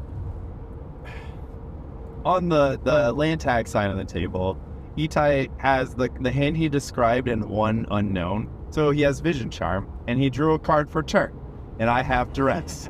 So for those of you who are going to play the Duress deck versus Dreadnought deck matchup, it is not a viable line to Duress aggressively. You have to often navigate your Duress such that, the turn that they go for it, you can Duress to open up your Seal of Cleansing, your answer, right? That's often optimal, different cases. So I'm sitting there, Etai's got 5 knowns and 1 unknown, and I have just Duress. My hand is land Duress. And I'm like, well, I need this Duress later, but I also might need it now. And I Duress him, and then he turns up his unknown, and it's Phyrexian Dreadnought. And I'm like, of course. And so I take the Vision Charm, and I play land tax, and I don't play another land. And Etai, new to pre-modern format, functionally new to the entire concept of land tax, untaps on his turn, draws a card, and says, go. He doesn't play a second land, which is, it's like a simple thing, but yeah, if you don't have to let your opponent tax, you don't let them. I draw a card, it's nothing, I say go. Etai draws a card, he says go. So he has 2 unknown cards, Meddling Mage, Last Breath, and Island. And maybe something else irrelevant. Or no, because I addressed the thing. So I draw a card, and I say go. I have nothing once again. Etai draws his, third card. So his third unknown card, plays an island, floats 2 mana, plays Gush. Oh, you're right. So he has a dread on him. Plays Gush. He had a second land tax in this one. Oh, yeah, I had a second land tax. Plays Gush. Draws 2 cards with 2 mana floating, so he's used his land drop for this turn. He only has access to 2 mana this turn. He plays Island, Dreadnought, Vision Charm. I untap, draw, pass the turn, upkeep, plow the Dreadnought. Etai has 0 land, so he can't re anything. And Etai just plays foil. And so, yeah, his unknown cards were Gush, Vision Charm, foil, that he drew runner, every turn against my multi-5. And I said, Etai, you're really gonna do this to me. And he really did that to me. And I'm so proud. We got up, shook it off. I didn't feel anything. I was like, well, I knew this was gonna happen. I spent the whole day just being like, don't pair me with Etai. I built this deck, I know it crushes me. And I was hoping that if we did get paired, Etai didn't know the extent to which it crushed me, and then I would somehow get him because he didn't understand how my deck worked. Again, so he did let me tax, so he did understand on the fundamental level how my deck worked. And he got up, and I was just looking at the table, and he came up and he hugged me, and the best thing ever happened. An audible awe from the onlookers as we hugged it out, and I sent Etai to the finals. Yeah. So, in case Lanny didn't make it clear, I got very lucky. He got very unlucky. Yeah. You saying the dealer? The dealer hooks up Etai? Yeah, and that, I don't know. I think the whole day for me, just not knowing what was going on, but drawing the stone cold nuts. Impulsing into it sometimes. Yes. Often, yeah. Wait, I need to understand something. Is the dealer particularly kind to Etai, or is the dealer kind to 12-12? Or is there an overlap? Little column B. There's an overlap. Yeah. Okay. Yeah. I don't know if there would be a good Michael J plus 12-12 plus dealer interaction. It could just go the other way. In fact, it has. But I wrote all about that. You can read it on my Lone article. The dealer and I have an interesting relationship. Sorry. Final to time. interrupt you. Can we look at the next exit? Because I really gotta piss. Okay. You can keep this and take it out of the podcast. Okay. You do as you please. Francisco, after break, so yeah, I mean, I'll keep my eyes out. Or just you can interrupt. Oh, you just like want to exit? Okay. I was gonna look for a rest stop, but I haven't seen them. There's not on this turf, I don't think. Okay, cool. You know more about driving around at the Northeast side. Continue. All right. So yeah, in the finals now, and I'm honestly just feeling sort of bewildered. I didn't expect to win because Lanny knows so much more about this format than I do. Built my deck. Lanny knows more about this format than anyone. Yeah. Lanny, I unequivocally, Lanny is the most prepared player at that tournament, in my opinion. I agree entirely. And I went fourth in the draft. Hurst, you picked correctly. I think there's no way we could have predicted Tom Matelski and food poisoning, but still. Yeah. Tom Matelski food poisoning. And I would just like to say, I played against Brian Selden in the first round in a Landstill mirror, and so if I hadn't, lost to the eventual champion, maybe I would have gotten his pairings all day. You never know. So yeah, I'm up against Brian. He's my only loss so far in the tournament. He's all of our only losses. Yeah. I had another loss. Yeah, Mike had I had a second loss. He's most of our only losses. At 2 unintentional draws. And yeah, so Mike already mentioned this about game 1, but I kept a hand. Oh my god, it was so good. I don't remember. I think I was missing one piece, but I had, meddling mage, a daze, one half of the charm of the Combo, it's just of the combo. And yeah, so I went turn 2 meddling mage, turn 3 do the knot, Daze's answer, which I believe was a seal of cleansing, and close it out. So Daze wasn't live again. Oh no, of course you named Plowshare, so there's no Plowshare has happened. Yeah. Am I making a legal traffic move? I guess there's one way to find out. Will a police car fly out of the sky? You never know what they got access to. These. Go up there's a Dunkin'. Okay. Well, Dunkin', that doesn't look like a bathroom Dunkin'. Oh. I mean, Fran will investigate his options while Etai finishes his final story. Yeah. I mean, games 2 and 3 are all sort of a very lengthy blur. Maybe well, game 2, what do we remember about game 2, Mike? Game 2 seemed like a pretty solid Selden blowout. I mean, this is like so hard for Etai. Like, I don't know if we've talked about how difficult it is to play Blue White Knot, but it's difficult. Mm-hmm. And I don't think we've talked about how difficult it is to play Blue White Knot against Flooded Strand decks for an entire day. Like, looking at your notes, Etai, you played against Flooded Strand how many total times in the Swiss? 4. 5. And how many times did you in play? the Swiss? It was 3. Yeah. And then how many times did you play against like Basic Mountain, Basic Forest? 0. Well, you played against. I played against Burn, and I played against the Madness deck. Yeah, which probably had Basic Forest. Yeah. Narrator. It turns out it was indeed a bathroom Dunkin'. Yeah. It was a bathroom Dunkin'. I was wrong. We're in a strip mall. Strip mall Dunkin' Donuts. Never know if they have a bathroom. Turns out they did. And they have Gatorade. And we still have 2 hours left on the drive. So in case an hour and a half of the pod insofar has not entertained you enough, that's like not even the half of it, Etai was telling us about game 2 of the finals of the North American Premodern Championship. Yeah. Which we don't remember anything from. Game 2, you just got owned, yeah? Yeah. No, So- game 2 was long. Game 2 was long. I drew. I remember. Is this the game where you gush to hit a land drop on 3? I have no Or something along those lines? Michael, do you remember? Etai took I don't want to make it any kind of like a normative judgment on Etai's line because I didn't understand it.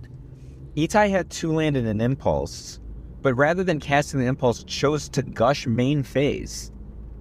So it seemed to me like he ended his turn with 1 fewer land in play and still had his impulse in hand. Right, this might have been... So I didn't understand it. So he probably had a plan, but I didn't know what that plan was. Well, I think he was playing off a heuristic. So, What, say again? I don't know about probably. So, I think Etai, new to casting the card Gush, ascertained quite quickly that float 2 mana Gush hit your land drop is like the best thing ever, correct? Yeah. Yeah. Yeah. Gush banned in any format that anybody plays.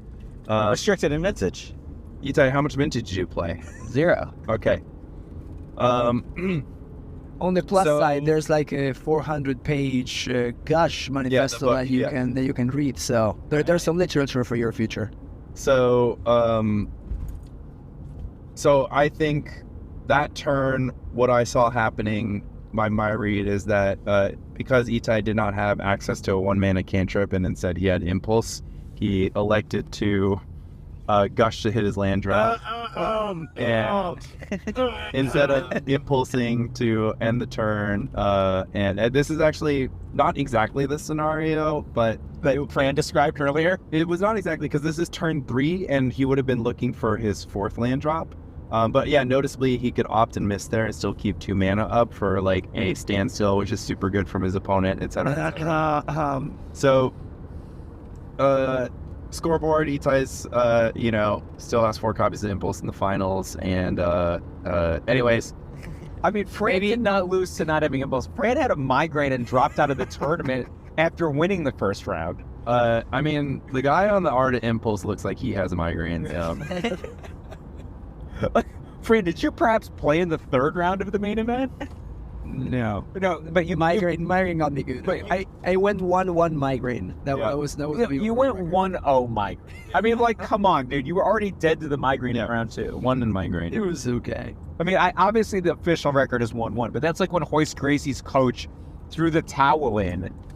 I actually lost fair and square to the legend himself, Dmitry Novikov. You lost to the Redburn deck. Yes. I don't buy it. Dude, I legit did. I looked at 25 cars without finding a dreadnought both games. Yeah, talk about plot armor.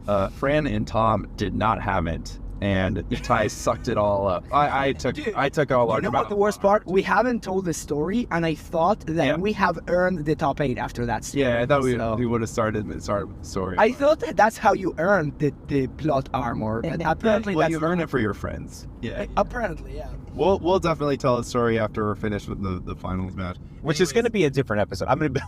There's no way this is one episode. Yeah, we're gonna go ahead and take a break, but do a double feature release or something. But anyways, yeah, I think when I remember witnessing game 2, I remember that it was grindy, and I think you ended up.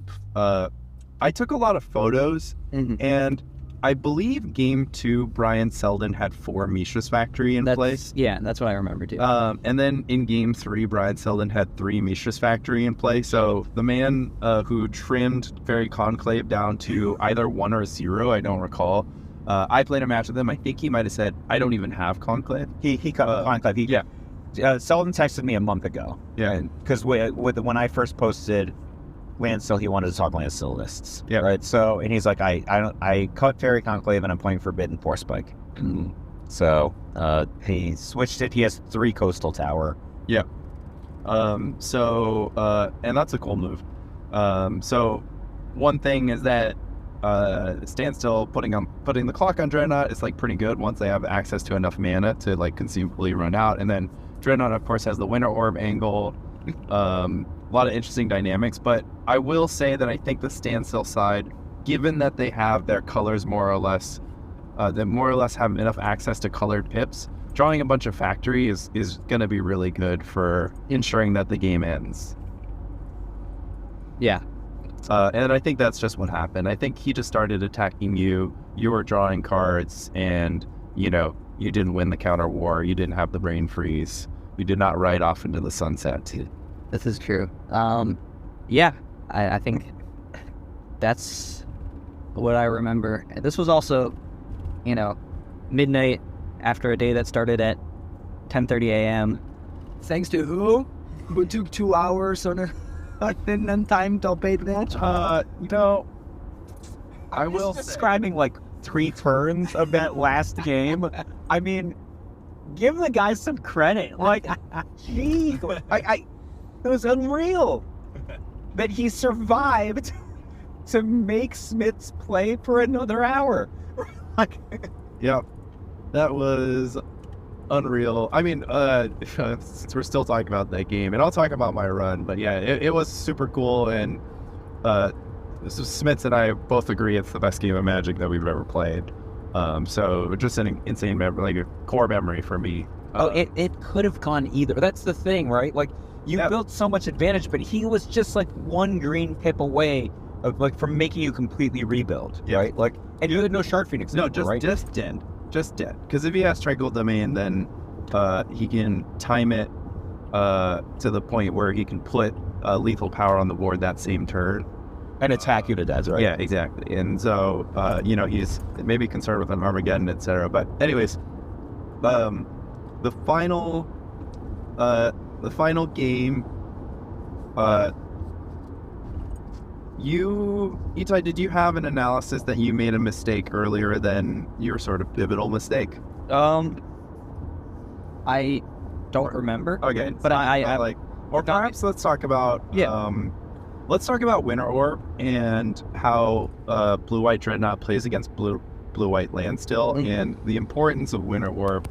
And actually, let's talk about your sideboarding, because there are 3 blue-white Dreadnought players in the car, and I think all 3 of them would sideboard in this matchup differently. So what do you sideboard? To your memory. Yeah. So I boarded in 2 Winter Orb, 2 Disenchant, and a Null. What else? A Brain Freeze and a Flash of Insight. So you sided in a ton of stuff. 7 cards, yeah. And if Selden had mages, he would have to side in Last Breath. Yeah. But you knew Selden didn't have mages, right? Right. You got the scout. So I boarded out, I believe... He scouted by playing across from him. Fair enough. I believe I took out Swords, a Darkar Wastes, 3 Dazes. Well, you took out all your darker weights? No, one Darkar. Oh, okay. And I can't remember if it was 2 Ops or an Ops and a foil, but Yeah. So you're like dramatically reducing your mana by cutting both A cantrip and a land. Okay. yeah. But what's the theory behind that, right? Like, Yeah, why? The theory, at least what I was thinking, is that, my fast games, like, I don't need to have a ton of lands. I need, 1 or 2. And, like, there's games where, I'm going to get screwed because I, have 1 land and a Winter Orb instead of an Aunt, and I don't find a second land, and I lose those, and I think accepted that. But the games that do go long, I think it is like, given that, I mean, Selden's cards are better than mine. They like See, okay, yeah expand. yeah they do more things. They provide a great event. He has like a similar amount of interaction to me. And like ways, especially post-board, ways to answer my Dreadnought cleanly. Right. Like Fact or Fiction, Yeah. quite powerful in the face of even Yeah. With Factor given that both players can cast on it. Right. With Factor Fiction, with Standstill. Standstill, and even his lands like match up well with my cards, with the factories and my meddling mages. Did he get a lot of Dustfall activations on you? Not in the finals. Because Selden has 2 copies of Dustfall. And Yeah, he did get me with it and when we played in the Swiss. Yeah. Yeah. So, Etai, one thing I noticed you do in the finals match that Fran said he agreed with, and I disagreed with, is that you would bait the counter war with Dreadnought, and then your follow-up spell would be Winter Orb. Okay. Whereas my belief is that you bait Selden's interaction with Winter Orb, and then your follow-up is Dreadnought. Yeah. Talk me through your thinking there. Fran can extrapolate on why he thinks you're correct. So I actually think possibly my biggest fallback in the tournament is not knowing how to play with Winter Orb, both, at a theoretical level and as how the card works. Yeah. You don't play Winter Orb in your Blue-Red Delver Legacy deck. Huh? This is true. Is that a card people play? Yeah. Okay. It's an option. So, in when I played in the Swiss, I resolved a Winter Orb on what I thought was a pretty good board state, but Selden was able to sort of maneuver it such that it was almost more harm than good. I don't remember the exact details, but it did work for him as well. I gave you the weapon, but not the knowledge to wield it. I'm like literally the genie on Burning Wish for that. Right. Oh yeah. Do you know Burning Wish? Yeah, I do. If you don't know Burning Wish, there's probably a podcast with Sam Black that will tell you all about what it can do. But yeah, and I felt ill prepared on when to fight for it, when's a good time to resolve it, when how I should be prioritizing it over Dreadnought. However, you do instinctually understand that you want your opponent's land to be tapped when it lands, so that's why you were taking Winter Orb second lines. Yeah. And also you sort of intuitively understand that you will be attacked with far fewer man lands under Winter Orb. Right. Yeah, also, if you have Winter Orb in play, it's hard for them to defend themselves with manlands and make them into 3/3. Yeah, I mean, I would still rather a mage than a Stone Rain, right? I'm just saying it's harder, right? Like, they might not take that line, and also if you've got Actually, this Disenchant or whatever. Disenchant. So you brought Disenchant, probably for fear of humility, you brought in 2 copies. Yep. Plus the Annul also catches Standstill. But you're also very clearly telegraphing that you would be willing to aggressively disenchant factories that were animated to block. Yeah.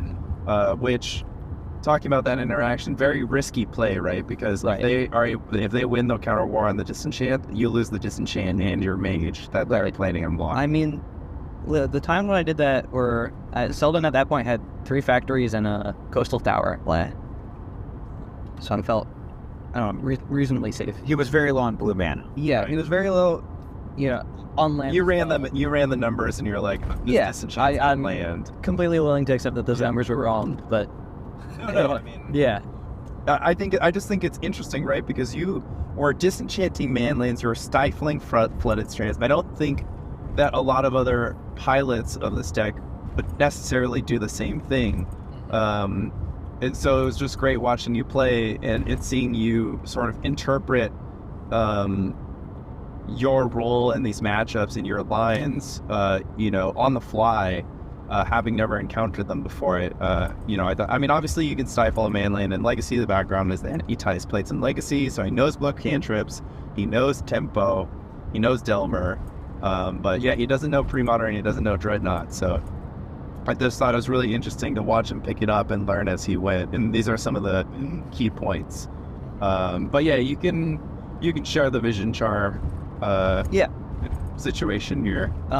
So late turning the game, I thought for a while and decided I would try to go for, fight over a Dreadnought.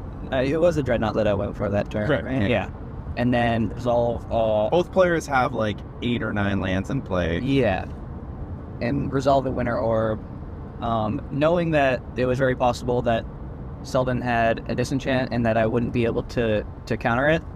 But I had a Vision Charm in my hand, and I did think about the interaction, but I thought that because Winter Orb, things unfazed, I thought that things unfazed during the untap step, and that given that that was true, I would also untap my lands. So you would have traded the full untap for Selden's full untap. Yeah, which is your full untap. Thing I probably didn't consider. Right, you thought that after you succeed. Okay, let's rewind. Yeah. Both players are down to Etai is down to 3 mana left with a bunch of tapped lands. Selden is down to 2 mana left with a bunch of lands to it. Etai has sniffed the disenchant and sees the line. I'm going to cast Winter Orb. He's going to spend his last 2 mana to cast disenchant. I'm going to Vision Charm, which saves the Winter Orb, and then he's going to be tapped out. Of course, with kind of the mentality of like the Winter Orb is saved, but of course it has no effect. So Brian gets to untap all of his permanents. Double error. The way phasing works, I looked this up during this match. Permanents phase in, you would think during your untap step, they phase in before your untap step. And so because the Winter Orb phased in before Etai's untap step, all of a sudden Etai had a Winter Orb in play, a bunch of tapped lands to Selden's fully untapped board, and well-stocked hand.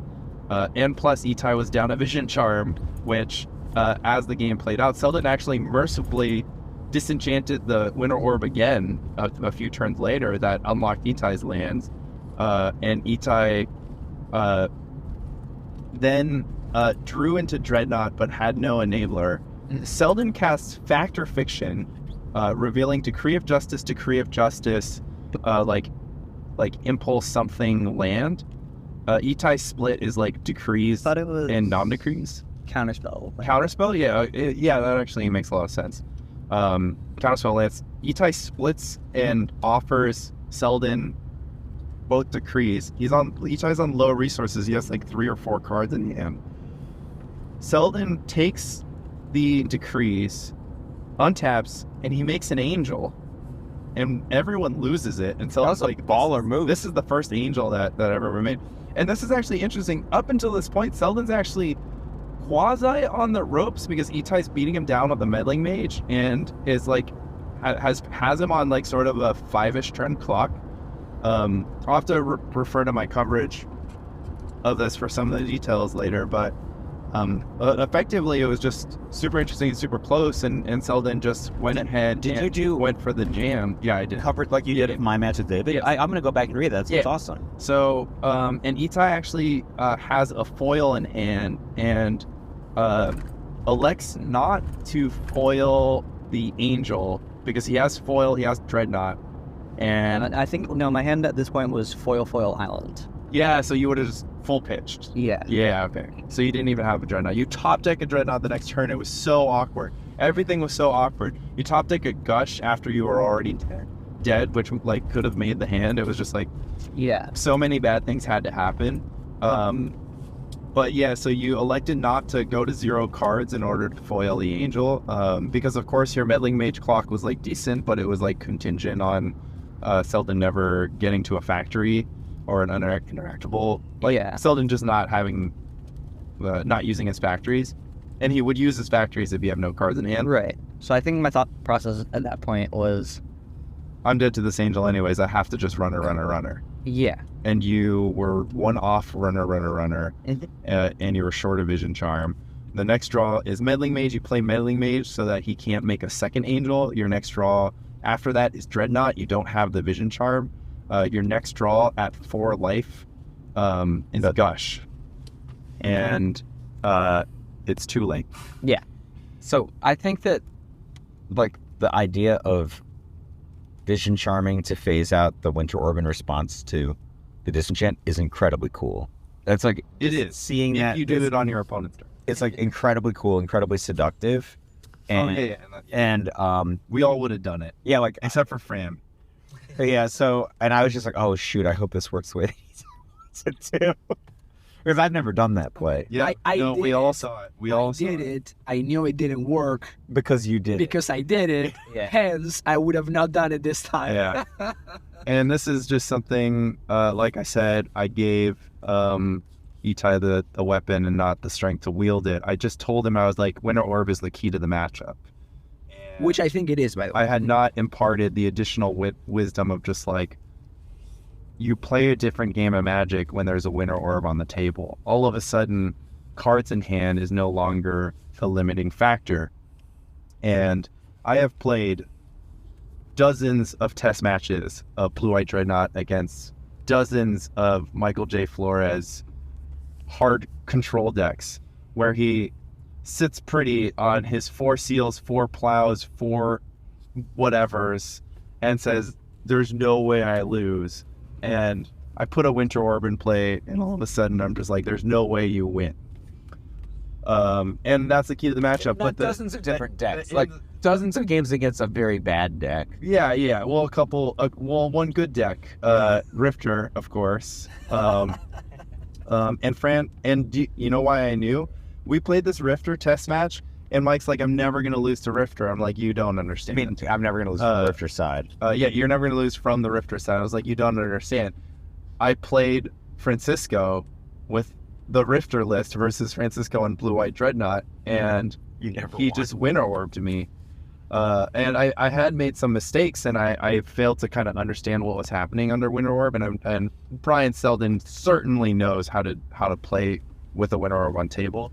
It was legal when he was the world champion. Yeah. So unfortunately, I think Winter Orb and the complexity that it added to the game sort of exacerbated the skill difference between Brian and Etai. The skill or familiarity difference between Brian and Etai, such that it's possible that with no Winter Orb in Etai's deck, he might have been better off. Yeah, it's possible. I mean, you can call it inexperience, you can call it danger of cool plays, you can call it fatigue, but at the end of the day, it was a bad play, and the player who made better plays won. I'm fine with that. Yeah, and the player with thicker plot armor. Yeah. So I actually have to say, as much as I would have loved Etai to win, I like that the North American Premodern Championships are like won by Flint last year, won by Selden this year, like won by heroes of the format who play in monthlies and do well consistently, you know, who are grinding in and out. Like if I had won over Flint last year, that's a worse story for the rest of the community. It's great for one person, and it's bad for N-1 people. Yeah, that's correct.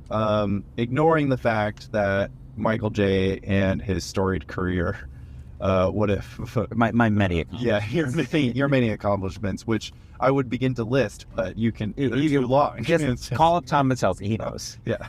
I don't think you give yourself enough credit because it would be an incredible story. But I agree. I do think that Brian Selden being rewarded, he was running hot. He was telling us every round, he was like, "I'm just running so lucky. Yeah. But he also, I talked to him, I thought, from my background, I was like, Michael J always references him as the world champion. So I actually thought that he was kind of what you would call a format tourist, right? Kind of just dabbling in pre-modern. I talked to him afterwards. I was like, no, he's super engaged. He knows. He plays in the monthly every month. Yeah. He was in the Spring Fling top 8. Yeah. Right. In fact, he played at Lobstercon last year. It shows how disengaged I am in that I hadn't really heard or seen him since before his Spring Fling finish and since before Michael J started talking about him. Because I wasn't doing good enough in the monthlies to meet him in the elimination rounds. So it says more about me than it does about Brian. And Brian Selden and I grew up in exactly the same neighborhood, like 3 minutes walking distance from each other, 10 years apart. So that was super cool. Shout out to anybody who grew up in San Diego. Go Scripstrans High School Falcons. You went to the same high school? So apparently, my high school was founded in 93, and Selden said he graduated high school in like something in the mid to late 90s or something. So he said his sister went to the school, but I don't know if he went. Yeah. But go San Diego Superchargers, rest in peace. So yeah, thicker plot armor. I mean, should we just talk about plot armor for a bit? The plot armor that Mattelski and Fran did not have. The Mattelski story. All right, so I'm going to take the reins for the. Oh, yeah. Should we just finish up? Let's do a wrap up. Yeah, we need to wrap up. Yeah, you need to wrap up. Yeah. So yeah, I think the game ended a couple turns later after attacks from an angel, which I still think should be an artifact, but not a good enough. Etai was holding a disenchant. But yeah, the tournament ended. I mean, congratulated Brian. It's very well deserving champion. You kind of didn't deserve it. Thanks, Lanny.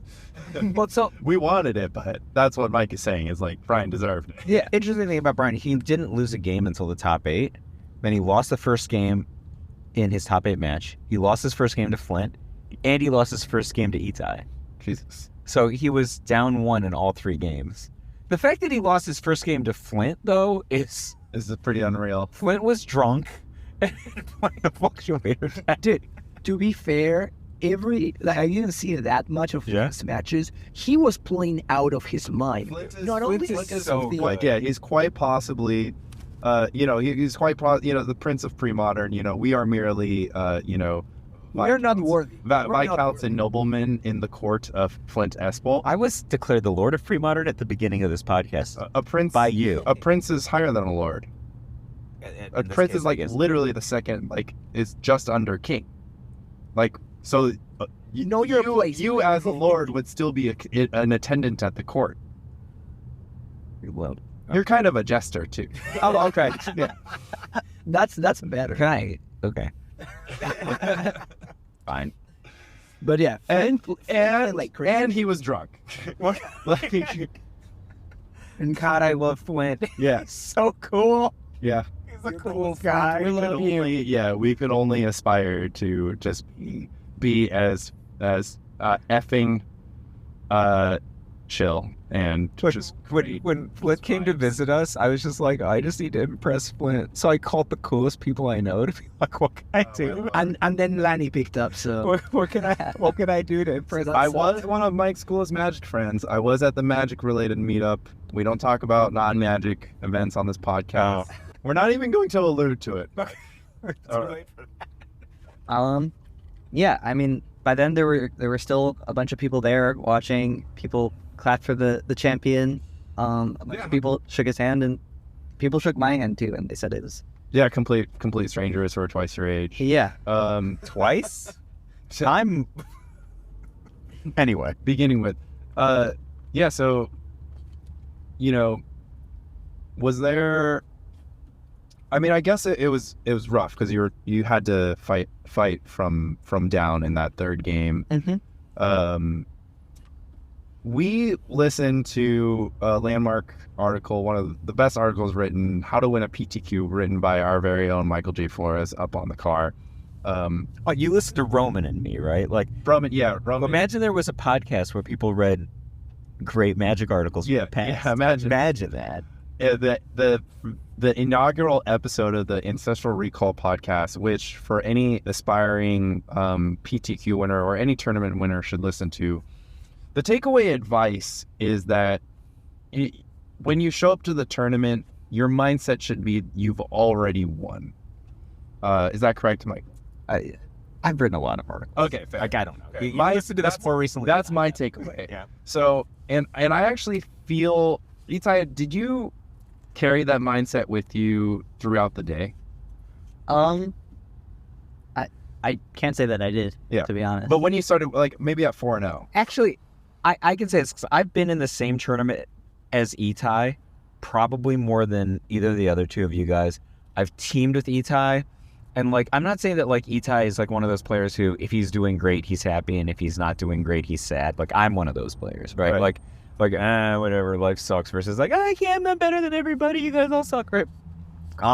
But I can tell you, I've been around Etai in a tournament that he's not doing so good, or he's just doing average, or he's barely alive, versus on Friday, I literally looked at him and I could see the plot armor.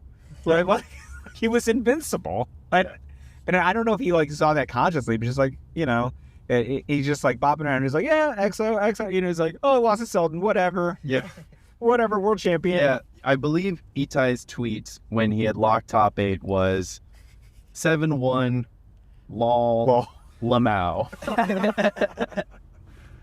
But I don't know, to me, the reason why I bring this up, and listen, this is just a point of view. It is a very spiky point of view, but I'm just happy to get 4 wins, and literally that's what Flint said. I'm just happy to 4 wins is not good. But do you think Flint really meant it? That's the thing. I think Flint was wearing his expert hat. Flint was no sleeves, rubber band. Every time Flint won a match, he gave his opponent a signed stabilizer, right? And a beer. Yeah. Flint was not playing. Flint was not playing for himself. He was playing for Premodern. So like for the format as a whole. But I think that like He was playing for his kingdom. no, but Flint was playing 4-dimensional chess, right? Like he was living the bit, right? He clearly wanted to. I was working on that deck with Flint 2 months ago, right? Like I told you, I thought Flint's deck was super, super well built, right? Which I think it's gorgeously built. Right. So, and I totally agree. And oh my God, there's so many topics here, and we will have Flint. our Prince Flint Espel on the Unnamed podcast in a bit. It'll be named eventually. It's important. It's important to give the background here. Flint played Fluctuator combo. So Fluctuator combo is the most linear deck in Premodern. It puts Fluctuator into play. It cycles its entire deck for free until there are a bunch of creatures in the graveyard. It casts Songs of the Damned to make a bunch of mana for the bunch of creatures. Well, first it has to get a black mana. So there are like I'm not going to explain the intricacies. Yeah. So it casts Songs of the Damned, makes black mana for all the creatures in the graveyard. Drain life the opponent for 26. It is deterministic. He said 26. No, he said that's how many creatures he. Anyway, it's Anyway. less. And Fluctuator combo has been known, but Flint made innovations to it, and it was a deck that nobody expected to show up. And it's a deck that cost very little, and Flint was playing it with no sleeves. And while the combo is deceptively simple, Flint was making extremely difficult decisions and knowing his lines and his matchups. Slamming a beer every match, buying a beer for his opponent and handing it to it, probably slamming another. He said I drank a beer a match, but it's likely he drank a beer during the match and then probably afterwards because they all lasted 15 minutes. And also people, look, if you know, when you're at Lobstercon, you must pay tribute to the royalty and buy Flint a beer. And I think some people were handing him some extras. So that by the time at the end of the night, he's like completely sloshed in the top 4 and still like just seeing the lines. Incredible stuff. So Stabilizer is a card that says 2 mana players can't cycle cards. He was handing out science stabilizers to his opponents in an effort to lighten the mood. Because, we were discussing this at the bar. The bit is great, but the bit also has victims. So hopefully Flint's attitude and cheeriness, made the losses sting a little bit less. I'm sure a loss to Flint would have stung very little given a beer and a signed stabilizer. And that was awesome. All right. Well, I actually have a question before we finish this off, Etai. Yeah. What do you think of the format? What do you think of like the event? Like I'm really interested in hearing, like, because you're basically kind of an outsider. Yeah. And these people basically bribed you into coming here, and you just. What was the bribe, Etai? Did you get some Shieldreds? What happened? No, it didn't take a lot. I was just told I would get handed a deck, and I'm like, all right. But yeah, I think the tournament, first of all, was so sick. Each of my opponents was so kind, and I can say I'm disappointed in not closing in the finals, but I was more than disappointed. I was really happy for Brian and as the champion and as that a clearly deserved win. And yeah, it was just good vibes all around. And yeah, the format, I mean, I think the 12-12 deck is really fun. I think all of my matches had some intricacy, had some moments, and then sometimes you just kill them, and that's great. Yeah. I don't know. Maybe they should ban land tax. Wow. Strong words. Incredible. That was a 90-degree divide by 0 moment. No words. Okay, to be clear, when he was sitting at the feature match table, I was going to watch one of his matches, and Lanny looks up to me. He's like, I know you didn't look at this because you don't check the Discord, but I changed my mind. I think that land tax should be banned now. So I don't know why Sunday morning he's decided to go back to his old terrible opinion. the needle's been moved for me for sure. Lots of numbers in the UID column, but lots of numbers in the UID column for a lot of different decks.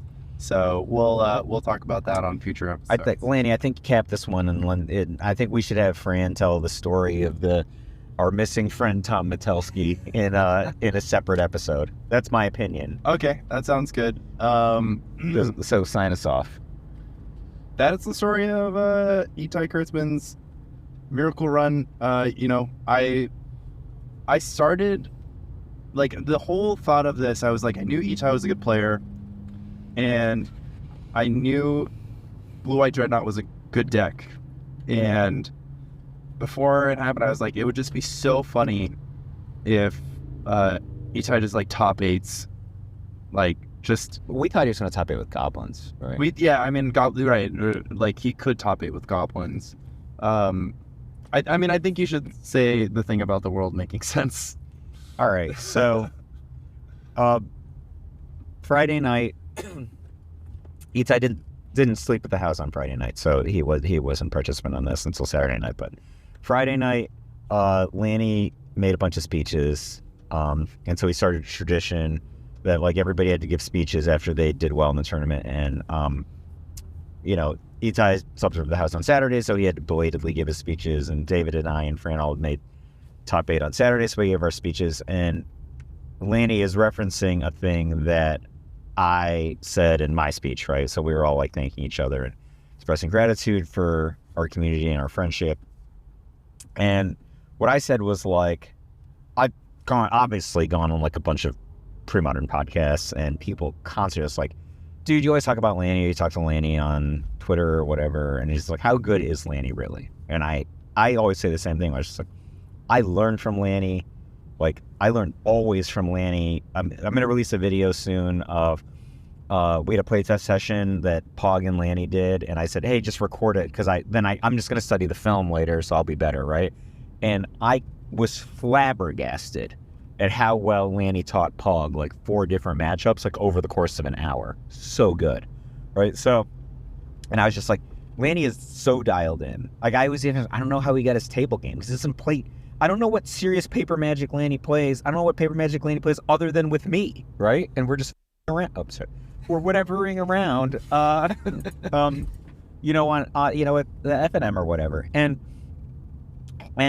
I was just like, the world that we live in is, like, so random. Like, things are terrible, or people are so undeservedly have things fall out of the sky in front of them. And for Lanny to have made this insane run and, like, do so well, the one thing he was hyper focused on, which was the North American Premodern Championships of 2023, it was like the world made sense to me.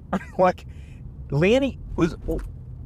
Just write this down if you're, like, interested in, like, pre-modern, or, like, yeah, I don't know, you're out listening to this podcast or whatever. Lanny Huang is the most prepared pre-modern player in the world, bar none. And I'm confident in saying that because I cannot imagine anyone plays more paper pre-modern than I do. And most of my paper pre-modern is with Lanny. But then Lanny goes and plays online with Tom and Fran and David, outside of playing with me, in addition to playing, like, whatever these leagues you play in. Like, he's playing leagues. He's doing bad in the monthlies, but like he's just playing it. You played in the Spring Fling too, right? Yeah. So he plays all these things on top of playing with me, right? So I'm like, he must be the most prepared person. I think I play, like, a high amount of paper, so, like, I play, every week or whatever with one of my friends, plus I'm playing meetups and everything, and I have no clue what's going on compared to Lanny. Like I'll just, like, I'm like, oh, I beat this, but I didn't really understand it, and Lanny's like, oh, that it's obvious. That's this deck, or, like, whatever. Or, like, earlier this cast, I'm like, Fran, explain this deck to me. I have no clue. I don't understand how this is, because my exposure is mostly, like, what people I end up playing against play, and apparently those people are doing research on decks. But I just, I'm just, like, kind of playing in reaction to that or coming up with my own ideas. But Lanny is apparently versed in everybody's ideas. The world is random. By contrast, you have Etai. Has very little preparation by comparison to Lanny, but also did well, and I think even a little bit, at least, more than a little bit by percentage, right? It's the fact that Etai's training was not exhaustive. He doesn't know everything about the format like Lanny does, but he had a hell of a teacher, right? In a short period of time. Maybe he doesn't know everything. Like maybe he doesn't know that the blue-red Tinker deck has a Devourer backdoor, right? Or actually explain that to him. Okay. Or how Okay, you actually taught him that the blue-red Tinker deck has... Lanny told me that the meddling mage sinker So Lanny and stifle altar. Lanny told me that the blue-red Tinker deck has a Devourer backdoor after I played against the blue-red. I was like, oh, by the way, it has a Devourer backdoor. I'm like, thanks, Lanny. I never even seen this deck. Yeah, guy's blessing, so you're fine. So anyway, but like he must have had a hell of a teacher. And so I think maybe some of that world making sense rubbed off on Etai. And, you know, I think the lesson there is, you know, Etai is we were talking, you know, during the now famous strip mall Dunkin' bathroom break that one of my favorite episodes of the Table for Two podcast was Alexander Haynes saying that there's no such thing as a specialist, right? Like there's no such thing as like an archetype specialist or a format specialist. Those people just suck, right? Like, so that just means like, oh, you're a burn specialist. Does that mean you're bad at everything else? And when I listened to that, I was like, oh shoot. Because Michael J. Flores is a burn specialist. He's right? Like, so you're just bad at everything else. So Etai's actually just a good Magic player, and he was handed the best deck, or approximately the best deck. And that's a pretty strong overlap when you have Lanny as your teacher. So maybe it's a little less random than I said while I was razzing Etai during my speech. Is that what you wanted me to say, Lanny? Yeah, I mean, it's more or less. I think. We hedged. Like, I was ready for this event. Everyone was gonna play land still. Parfay's not good against land still. But you still beat the land still you played, right? No, I played against a blue-white control deck. Okay. We'll talk about my run. And yeah, giving Etai the dreadnought deck was a hedge. I put a bunch of work into Parfay, so I wanted to prove, I wasn't going to pivot. I wasn't going to panic and pivot. I was going to stick by my guns. You wanted to prove that everyone saying to ban Lancel was right? That's what you wanted to prove? Or Lantax, I mean? Well, I don't know. But, yeah, I was like, well, Etai is going to be, Etai was just me playing a second hand at the table.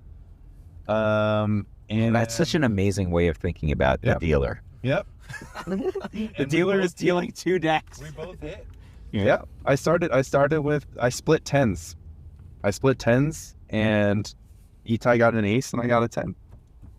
And it was, I don't know how, like, it was the most emotional Magic related thing that's ever happened to me.